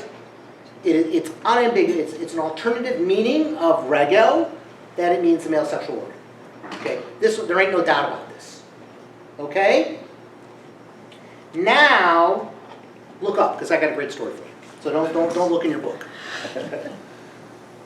We'll talk a little bit about King David. We got a story here about King David, and it's germane to the book of Ruth in multiple ways. And I see Pat's looking at the text when she shouldn't. Okay. King David's king. It's good to be the king. He's on his palace, and he looks down, and he sees an attractive woman bathing. And he says, "It's good to be the king. I want that girl." The girl's name is Bathsheba, right? She is, bad news, she's married. She's married to a guy named Uriah the Hittite. Uriah. who was a Hittite, a different tribe, but they were kind of, at that time, kind of aligned, and he was in the army. He was in David's army. He was in David's army, but he was off fighting with the troops. So, he calls Bathsheba, he lies with her, she gets pregnant. Uh-oh, bad news. So, David says, I have a plan. Fail-proof plan, how I'm going to get out of trouble. Can't fail. Okay, so let's go. David goes to Uriah. Whose turn is it to read? Julie, you want to read 2 Samuel chapter 11? Then David said to Uriah, go down to your house and bathe your feet. Stop. Okay, the word in Hebrew is the first word of the second line, boldface, raglecha. Go down and bathe your feet. When he says go to your house and bathe your feet, he does not mean get out one of those like little, the foot baths, like from Walgreens or from like the Sharper Image catalog where they buy, that's not what he means. That is a euphemism to have sex. Okay? Go down to your house and bathe your feet. Continue. When Uriah left the royal palace, a present from the king followed him. But Uriah slept at the entrance of the royal palace along with the other officers of his lord and did not go down to his house. Uh-oh, how's the plan working out so far? Yeah, not very good. Continue. When David was told that Uriah had not gone down to his house, he said to Uriah, you just came from, I'm sorry, this is funny. You just came from a journey. Why don't you go down to your house? Uriah answered David, the ark and Israel and Judah are located at Succoth, and my master Joab and your majesty's men are camped in the open. How can I go home and eat and drink and sleep with my wife? As you live by your very life, I will not do this. Okay, ready? So what does David say? David says, am I in candid camera? I get the one guy that I fall in and I say, go back, go sleep with your hot wife. And this guy says, I can't leave my butt. I love the army. He gets the one guy. He gets the one guy that won't go sleep with his wife. So the plan didn't work out so well. However, there was a plan B. Does anyone know what plan B was? Send him to the front lines and get him killed. Okay, proving once again, it's good to be the king. Okay? So what do we learn from this text? One, the word regel can refer to the male sexual organ. And two, there are issues with appropriateness of David's sexual behavior. Okay? Now, I'm kind of joking about this, but he's actually scolded. There's a very famous scene, and I have it here, and I'm going to read it, where David is scolded by the prophet Nathan. Nathan comes to David. He says, there are two men in the same city, basically one rich and one poor, and the rich man has a large flock of herds, and he steals from the poor man. And David says, oh, that rich man should be put to death. And Nathan says, yeah, guess what? It's you. And David goes through a period of contrition, and actually that child dies. That child dies, and then they have a second child who's Solomon. Okay? So I'm doing this kind of joking, like, I love the army. And this is, it does bring up that David has aspects of his sexual behavior that are a little suspect. Okay? Now, let's continue Leviticus in the bottom of page 8. None of you shall come near any one of his own flesh to uncover nakedness. I am the Lord. Your father's nakedness, that is, the nakedness of your mother, you shall not uncover. If she is your mother, you shall not uncover her nakedness. Okay, this is from the book of Leviticus. These are the kind of the incest laws, right? We read them in the annual cycle of the reading Torah. We read it maybe 3-4 weeks ago. And when else do we read this? It's Torah read on Yom Kippur afternoon, right? It's a very serious thing. Why do I bring this up? It's just a vocabulary word. To uncover is the verb. It says legalot. Galeh is the verb to uncover.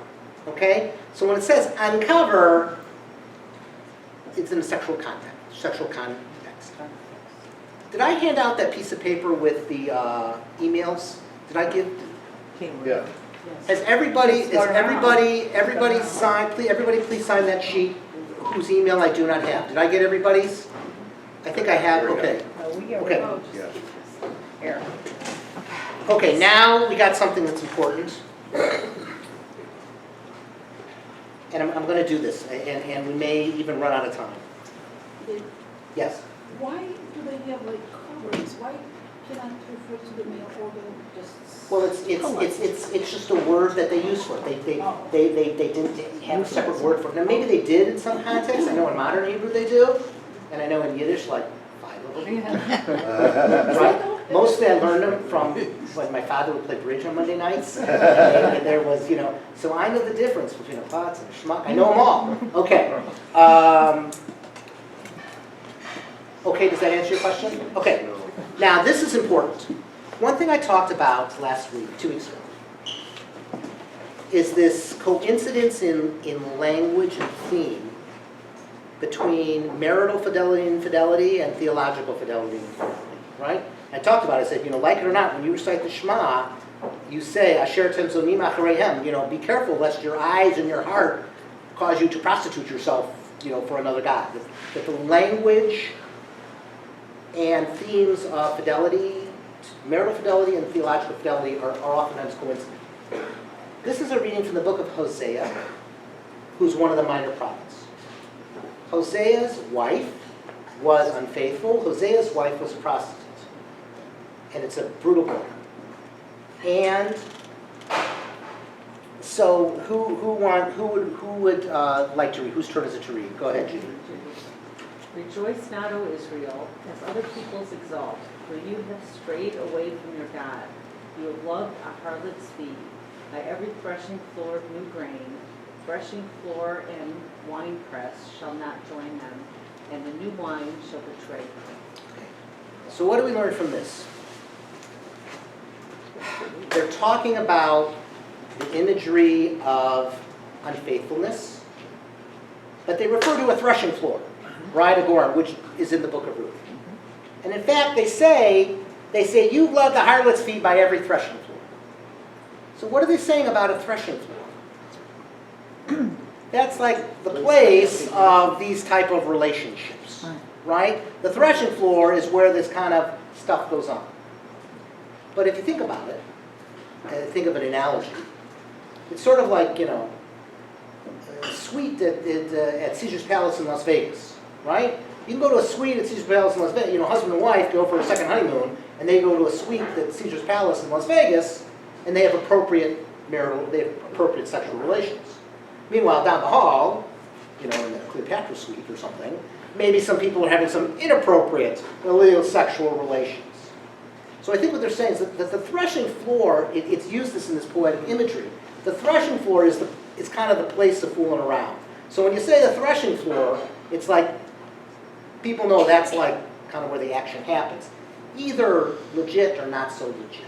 Okay, that's why I included this text. Now, let's look back at Ruth. Let's go back to page, I included it there, but let's go back to Ruth chapter 3. So that's on page 16.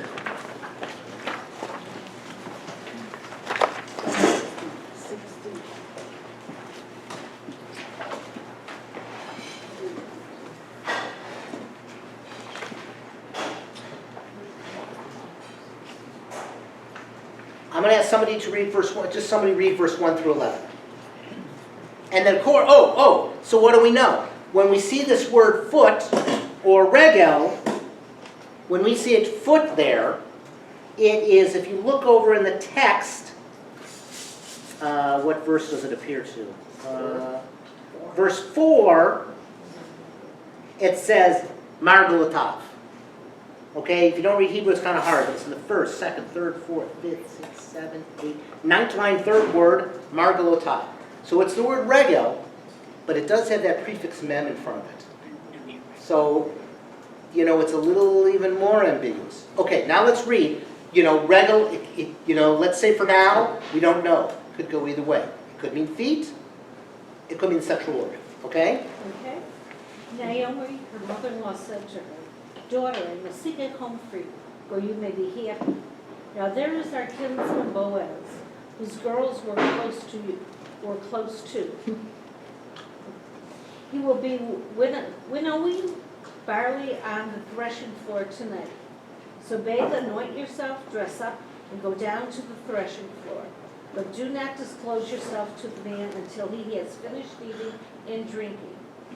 When he lies down, note the place where he lies down, and go over and uncover his feet and lie down. He will tell you what you are to do." She replied, "I will do everything you tell me." She went down to the threshing floor and did just as her mother-in-law had instructed her. Boaz ate and drank, and in a cheerful mood went down beside the grain pile. Okay, now remember what I said. What time of year is this? What's the general mood? It's spring, it's harvest, it's a good harvest. I think I said it's like Wall Street and bonuses just came out. And everybody's like, you know, getting drunk and maybe looking for love. Okay. Then she went over stealthily and uncovered his feet and lay down. In the middle of the night, the man gave a start and pulled back. There was a woman lying at his feet. "Who are you?" I'm going to stop you right there. I got to read this midrash because it's awesome. Did you just read 8? Yes. And it happened at midnight that the man shuddered and trembled, and as a result, his flesh became soft as a boiled turnip, which means he lost his erection. Okay, that's the interpretation. Okay, go ahead. "Who are you?" he asked. And she replied, "I am your handmaid, Ruth. Spread your robe over your handmaid, for you are a redeeming kinsman." Now, time out real quick. Spread your robe. Remember, that was that word kanaf that means previously was wing, and here it's robe. That was in our little, on page 148. It said, "May God, spread his wings over you."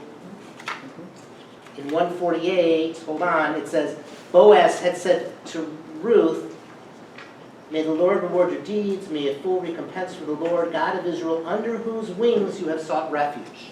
Right? Boaz says, under God's robe, wings, kanaf, you shall refuge. And Ruth says to Boaz, so again, Boaz is kind of doing God's work. Continue, please. He exclaimed, "Be blessed of the Lord, daughter. Your greatest need of loyalty is greater than the first, in that you have not turned to younger men, whether poor or rich. And now, daughter, have no fear. I will do in your behalf whatever you ask. For all the elders of my town know that what a fine woman you are." Okay, let's stop right there. Okay? So it can be read both ways. She uncovered his feet, or she uncovered his private parts, and then what happened? Now the midrash, they're kind of June it up and trying to make everything sound, everyone on the up and up, and everyone's very pure, says he immediately lost his erection, so, ain't nothing could have happened.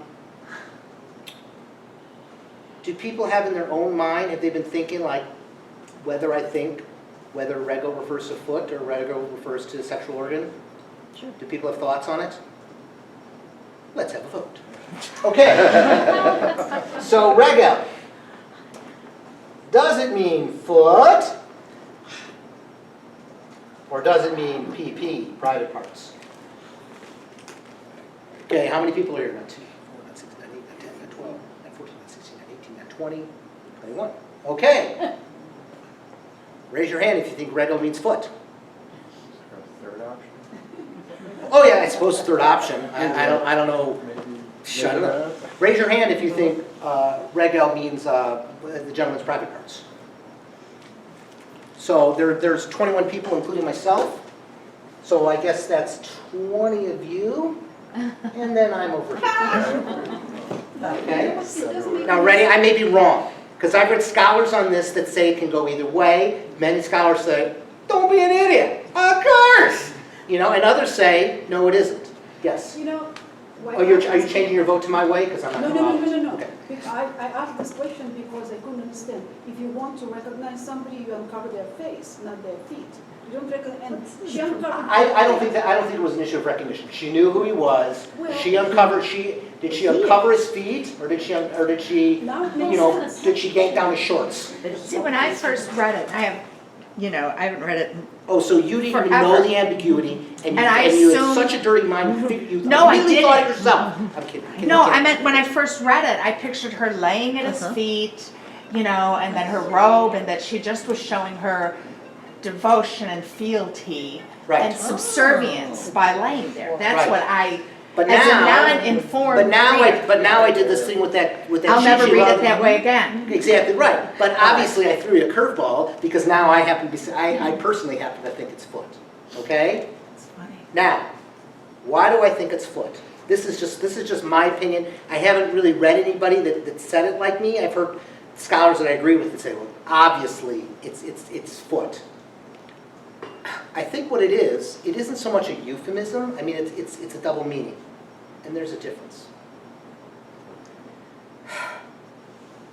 So, imagine, I'm sure somewhere in the world today, you got two guys, and a girl walks by.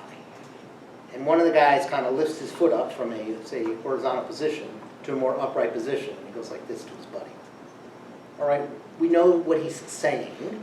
He doesn't have, somewhere as we speak, in a bar in Estonia or a football game in Argentina, some guy is lifting his foot up and going like this. Imagine all the more so in a society where the word is the same thing. Where the word regel has two meanings. So then, people probably, joke about it and stuff like that. Like, you see your buddy is kind of limping around, and you say, what happened? He says, I dropped a rock on my regel. I dropped a rock on my regel. And what would you say? Good thing it was that regel and not that regel. And you'd be like, yeah, you're right. Right? If the word has two meanings. So in other words, if Ruth uncovered his feet, and it's known in the society that it's the same, that the word can mean the same thing. By uncovering his feet, she's being sexually suggestive and sexually forward without being sexual. Oh, okay? I'm not saying I'm right. That's my personal, that's sort of how I see it. And especially, also the fact that there's a mem before the regel, so maybe that might be something else. And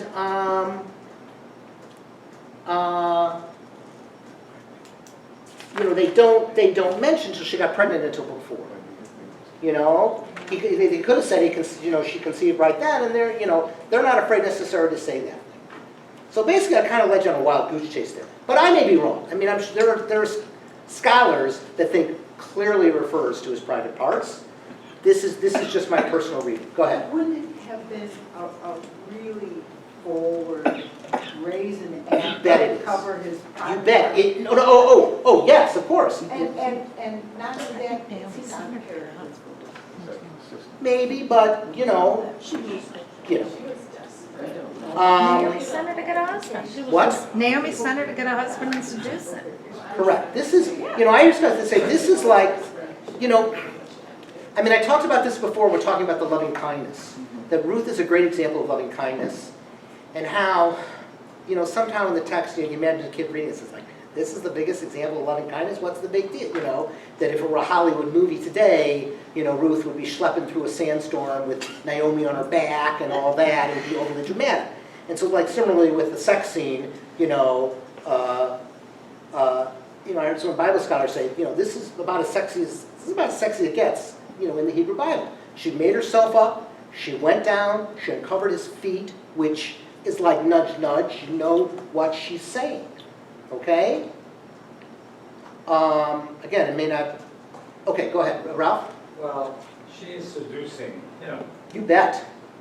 On the other hand, he is open to the seduction. You bet. And because he's already given her food. You bet. And the dowry. Exactly. He's probably a happy camper. But also... One husband, but he may have 4 wives. And we don't, it doesn't say one way or the other. I think in the Midrash they say he was just newly widowed. I think that might be a Midrash, as I recall in their reading. But she is very sexually, she is like appropriately sexually forward. Now, because this is important, I want to turn to page 146.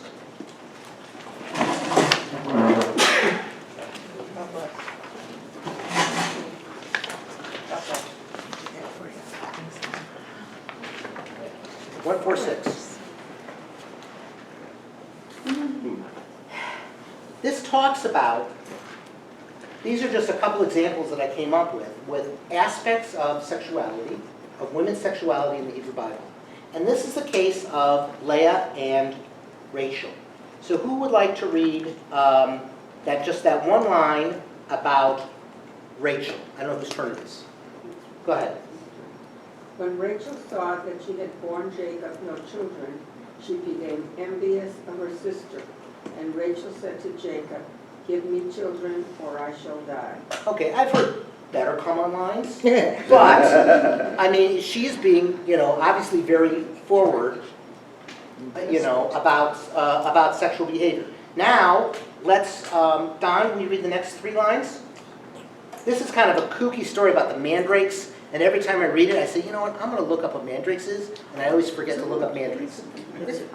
It's a plant or No, something? it's a root whose root forks, Yeah. like 2 legs. All right. Okay, go ahead. No, thank you. Once at the time of the wheat harvest, Reuben, son of Leah, came upon some mandrakes in the field and brought them to his mother Leah. Rachel said to Leah, "Please give me some of your son's mandrakes." But she said to her, "Was it not enough for you to take away my husband, that you would also take away my son's mandrakes?" Remember, these are the sisters, and the one got married, and the one was favored, and all that, and they both want children. One had children with him, Leah had children with him, but Jacob didn't really love her so much, and the other one, he didn't have children until eventually she had Joseph and Benjamin. Okay, continue. Rachel replied, "I promise he shall lie with you tonight in return for your son's mandrakes." When Jacob came home from the field in the evening, Leah went out to meet him and said, "You are to sleep with me, for I have hired you with my son's mandrakes." And he lay with her that night. Okay, so what we have is of the matriarchs, Leah and Rachel, who, by the way, are referred to in Book 4 of the Book of Ruth. May you be like Leah and Rachel. I mean, they're the mothers of the 12 tribes, but also they were both, each in their own way, I don't say sexually forward, in a positive way. Okay, now who wants to read about, this is the story in the building of the Mishkan, okay? New story, and it's going to deal with, again, aspects of sexuality. The Mishkan was what? Mishkan was this temporary, portable temple that they schlepped around in the wilderness for 40 years. A temple before the temple, schlepped around in the wilderness.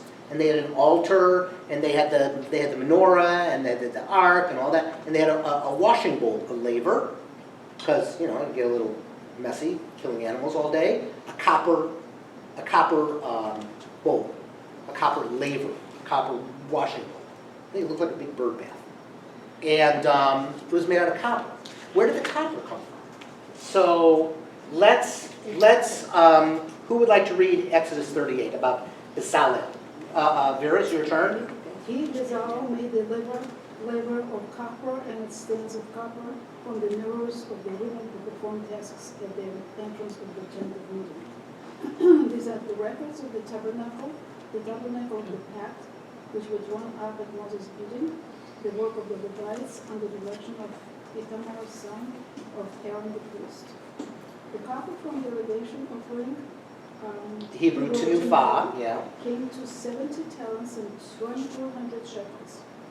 Of it he made the sockets for the entrance of the tent of meeting, the copper altar and its copper grating, and all the utensils of the altar. Okay, you can stop there. Okay, so so this is the copper laver. You're like, this is about as unsexy as it gets. Where's the good stuff? So the Hebrew word Tanufah in there. And so the rabbis do something very creative. They say the word Tanufah sounds like the Greek word nymph, which is like a bride.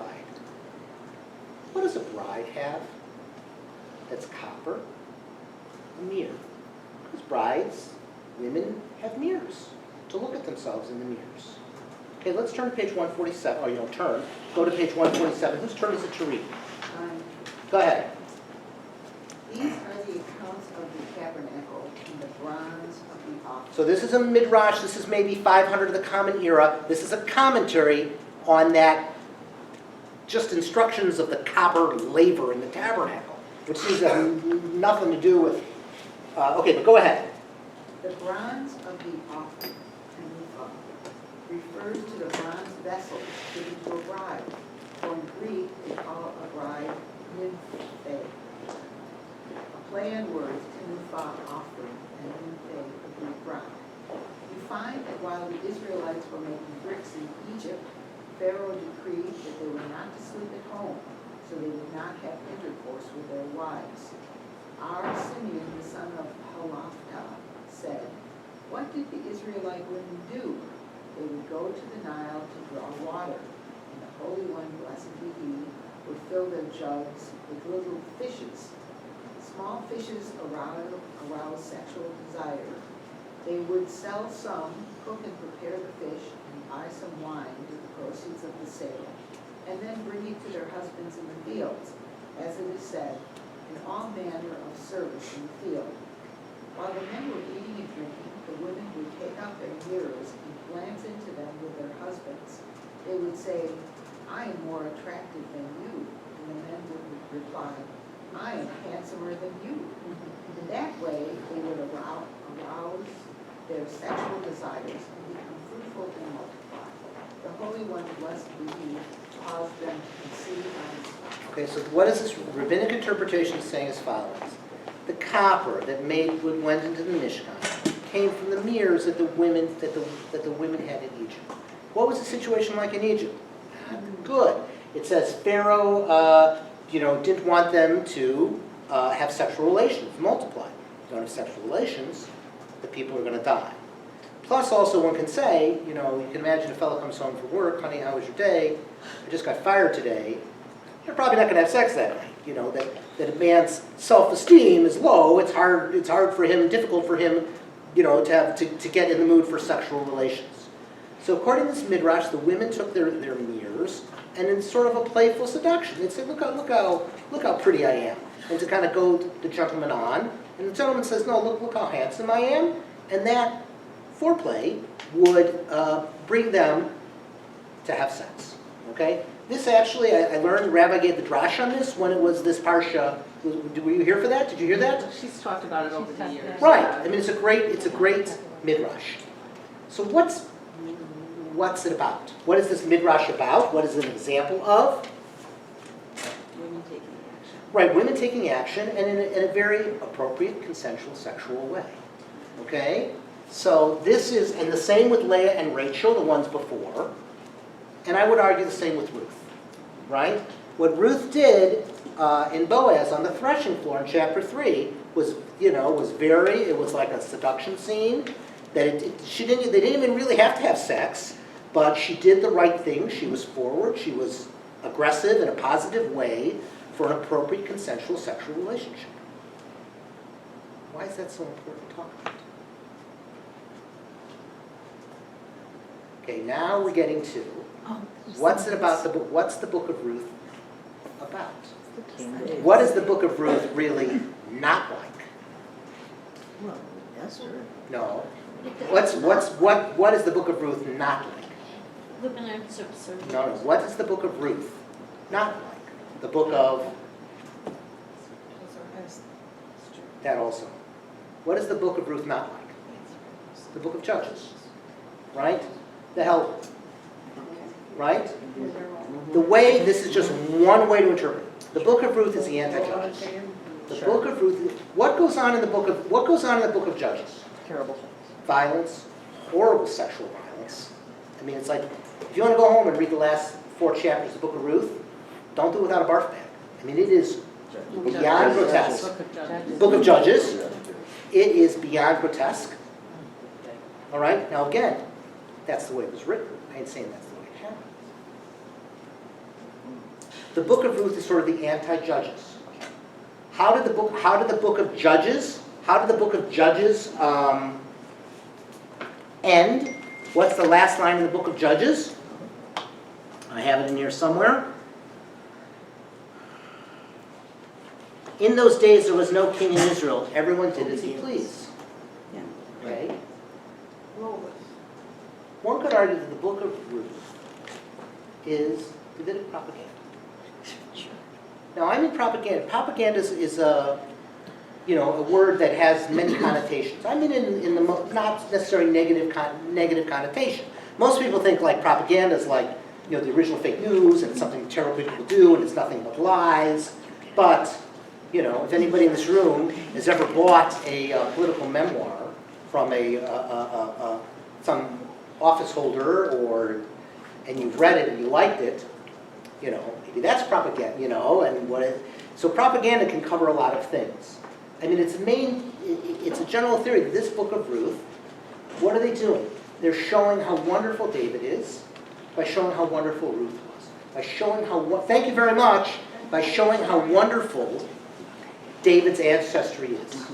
What is potentially suspect about David? His ancestress is a Moabite. We remember it's like, boy, there's a problem with Moab. So these people are going to write a story about his Moabitess ancestor, and they're going to make her look like only the greatest character ever. And they did, and she is. Not only that, they're going to show that her aspects of sexuality are perfect and on the up and up. And the whole book, everyone's on the up and up. I personally, when I read the book, it's not only is it fiction, but it's like a dream. It's like, you know, in the TV shows in the 70s when a guy would like have a flashback or a dream and the TV screen would go like wavy wavy for 2 seconds and it would be like a backflash or some counter history or something like that. It's like otherworldly. Who are the bad? There's no bad guys in the book of Ruth. There's no bad. Orpah and Plony Almoni, they're not bad guys. They're just foils to show how awesome the other people are. There's no violence. I personally think that's why when they say there's a famine, they didn't say because the people did wrong. Because it's like, this book is otherworldly. This book is so otherworldly. And it's Davidic propaganda. In fact, many people say, you know, the whole book of Deuteronomy, you know, it's a literary corpus. The books of Deuteronomy and Judges and Samuel and Kings are all Davidic propaganda. They have some negative things about David, including the story of David and Bathsheba. But it's all written after King David, sometime after King David, in the court of King David, to glorify King David. Okay? Remember when I said, how long was David's reign? And I said, how long was David's reign? 40 years. Okay, that's wrong. How long is David's reign? Till 70. Forever. Right. David rules forever. King David rules forever. The covenantal relationship between God and David is eternal. Okay? When was the book of Ruth written? People don't know whether it's post-exilic or pre-exilic. I read some scholars that say 950 to 700. That is sort of while the kingdom still exists. Some say it was written after the destruction of the temple.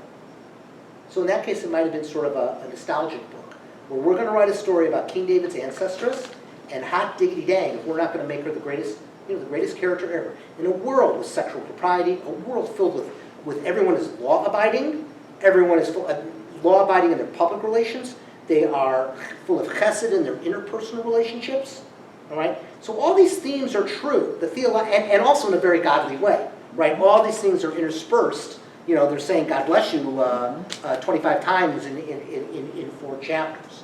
That the commandments are from God, they're behaving in a godly way, and this is painting a picture of King David who rules forever. Yes? Well, they're also not asking God for anything. They're not, God's not saving them. God doesn't have a personal relationship. They're just Right, praising God, and God's activism, it's like God gave her a pregnancy. I don't know, is that miraculous or not? Maybe even not. I mean, God is, in a way, almost as, hidden as Esther, even though he's mentioned God's mentioned like 25 times. Yes, Nick? So you said King David's reign is forever. Yes. So the Star of David is Israeli flag. Well, it's a coincident phenomenon. I mean, the Star of David, a 6-pointed star, that's like Middle Ages. That's an artistic rendition. That's in the Middle Ages. And so it's just sort of become a symbol of the Jewish people. Yes and no. It's sort of the major symbol of Jewish people, and it's called the Seal of David, Magen David. So I don't know how much they're making a theological statement about, King David is coming back. It's honestly, it's very messianic. Right. It's extremely messianic. And obviously, Christianity, in their own way, took the ball and ran with it. Yes, other questions? You questioned the word famine, but and you automatically think of food and nourishment. But what about emotional? I mean, where they were coming from where there was, you know, everything going on, almost like what's happening now, that everybody's ruling and running and doing their own thing, and there's no security there, there's no emotional stability, I there's honestly don't know what you're getting at. Judges, time of judges. time of judges. I'm But not sure. the famine isn't, In the beginning of the right, book, it isn't, the famine isn't food. Famine's a plot device to get him to Moab. I mean, you know, I think the family, why else would a Judahite go to Moab and get a Moabite? My you know, theory is that probably King David, now I didn't even get to whether King David existed or not. Most people think, you know, I'm at peace with it, okay? You know, I mean, there's some rejectionists that says, well, you know, and actually there's some archaeological finds where there's a piece that says, a finding where it says engraved House of David. But I don't know, these things are very political and very, I'm gonna get to you, Pat. But,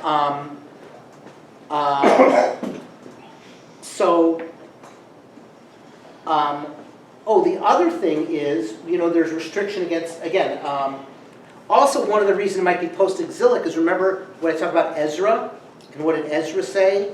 You know, it was very, you know, you had to divorce your, and it says Moabite wives. You know, maybe it was well known that David had a Moabite ancestress, and it's like once that story gets out, it becomes entrenched, and they can't write anything the opposite. You know, it's set. So, like I said, they're going to make her as great as possible. If you got a problem with Ruth, then you know, then you got a real problem. Yes, Pat had a question. Well, you might have answered it.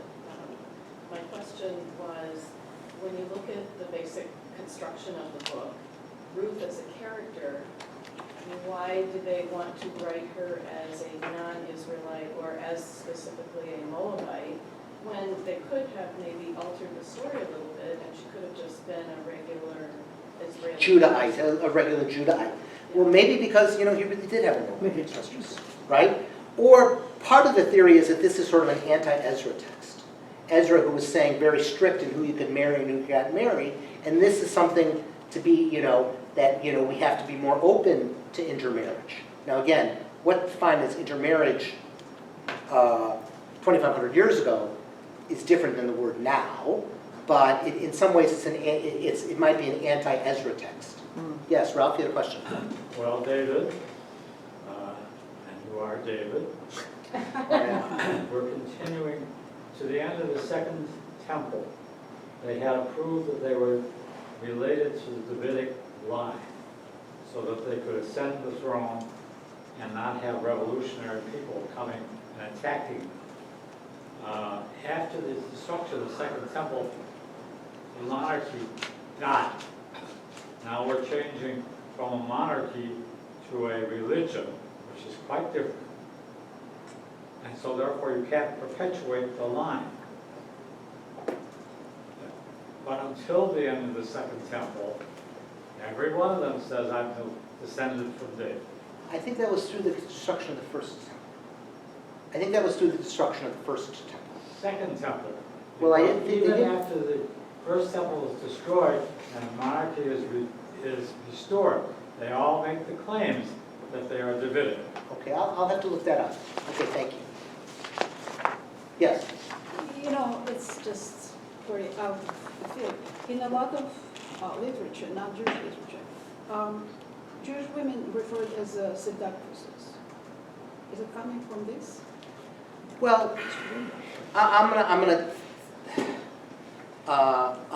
take a minute of that. I'm gonna talk two things about women's issues. First of all, these books are oftentimes oral traditions that are then written down. And in the book on, starting on page 116, is an article by Professor Carol Myers on there's actually two articles by the same professor, feminist professor, that talks about women's issues in general. I want to just draw your attention to that. But don't read the article now because it'll take you a long time. I'm going to talk another aspect. It is very possible this book has a very, you know, people say, oh, it was a book written by a woman. And that's sort of a false question because huge oral tradition. Sometimes this can go for centuries, and like whoever the last guy is to write it down, it's not really that. So there's many aspects of this book that it seems to be this has a very, very, very strong woman's impact in this book, more so than any book. So that's something to read. I want to talk about one other thing else in the Hebrew Bible, and then we'll finish, because already we're way over. There's a character type that we see in the Hebrew Bible often.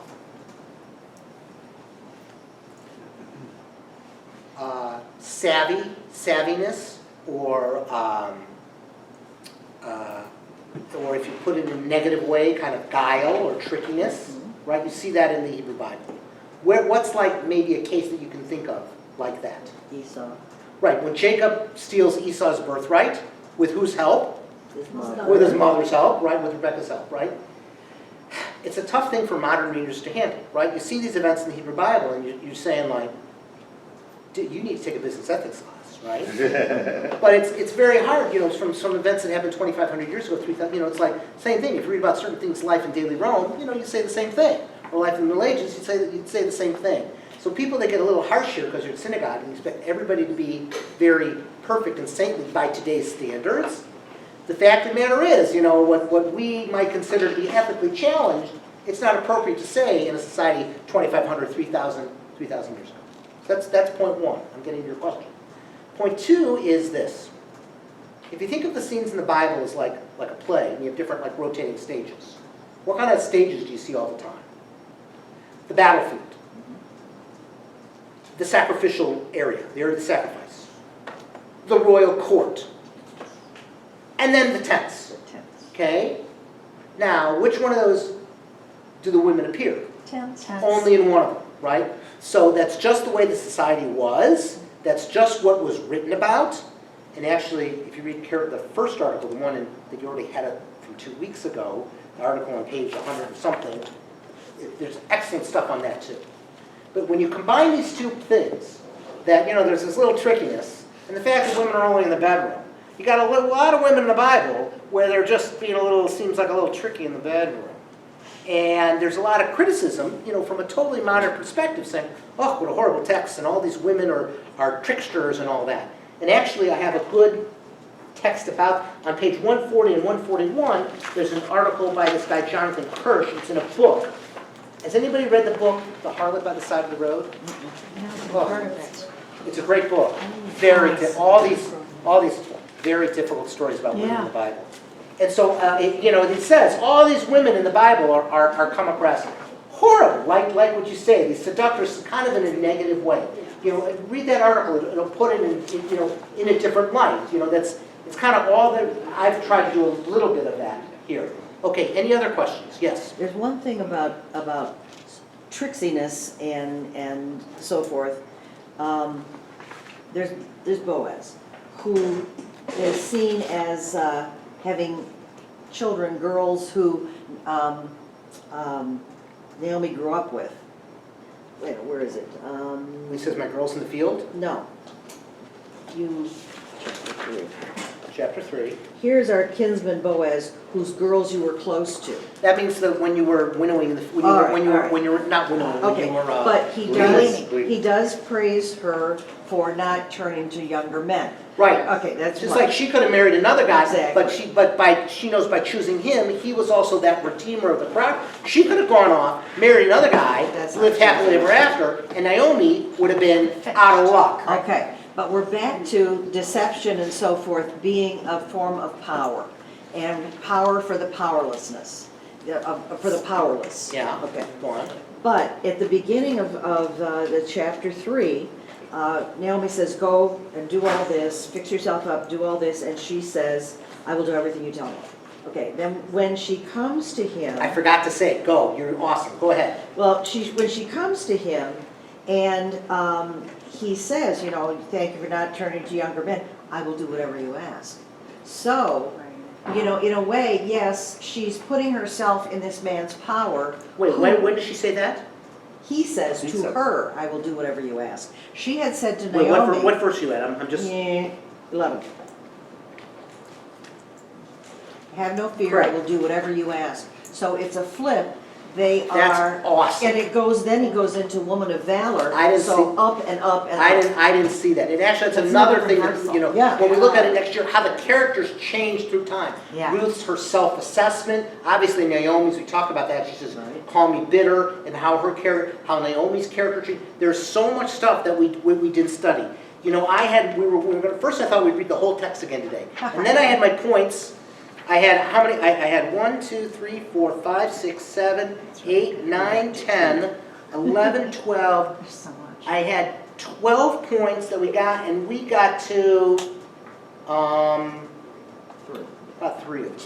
So, I mean, this is the way studies should be. Right. So Yeah, there's we're gonna always start, more. okay, now, a couple things. I am gonna teach at the rabbi's house on Saturday night. You are? And I'm gonna teach on Ruth, but I'm gonna teach, she says, I'm gonna teach on, obviously something else, I don't know what I'm gonna do. We may have to quick reread the book, but if I do teach it, she said only half an hour, so I gotta talk to her about that. Because it's gonna take, I mean, you can hardly read the book in half an hour, so maybe, you know, but, so I will teach something on Ruth, but you should, you know what, you should really study something else. I also have a lending library, so please check this out. And if I could take the email list, because I know there's some new people in the class, and any of the questions, I can always be reached by email. Should And I'm we gonna turn bring off the this? recording. Those are yours to No, keep. but I mean for Saturday. What's that? Should we bring these Saturday? No, I'll bring all new to the rabbi's house. Thank you.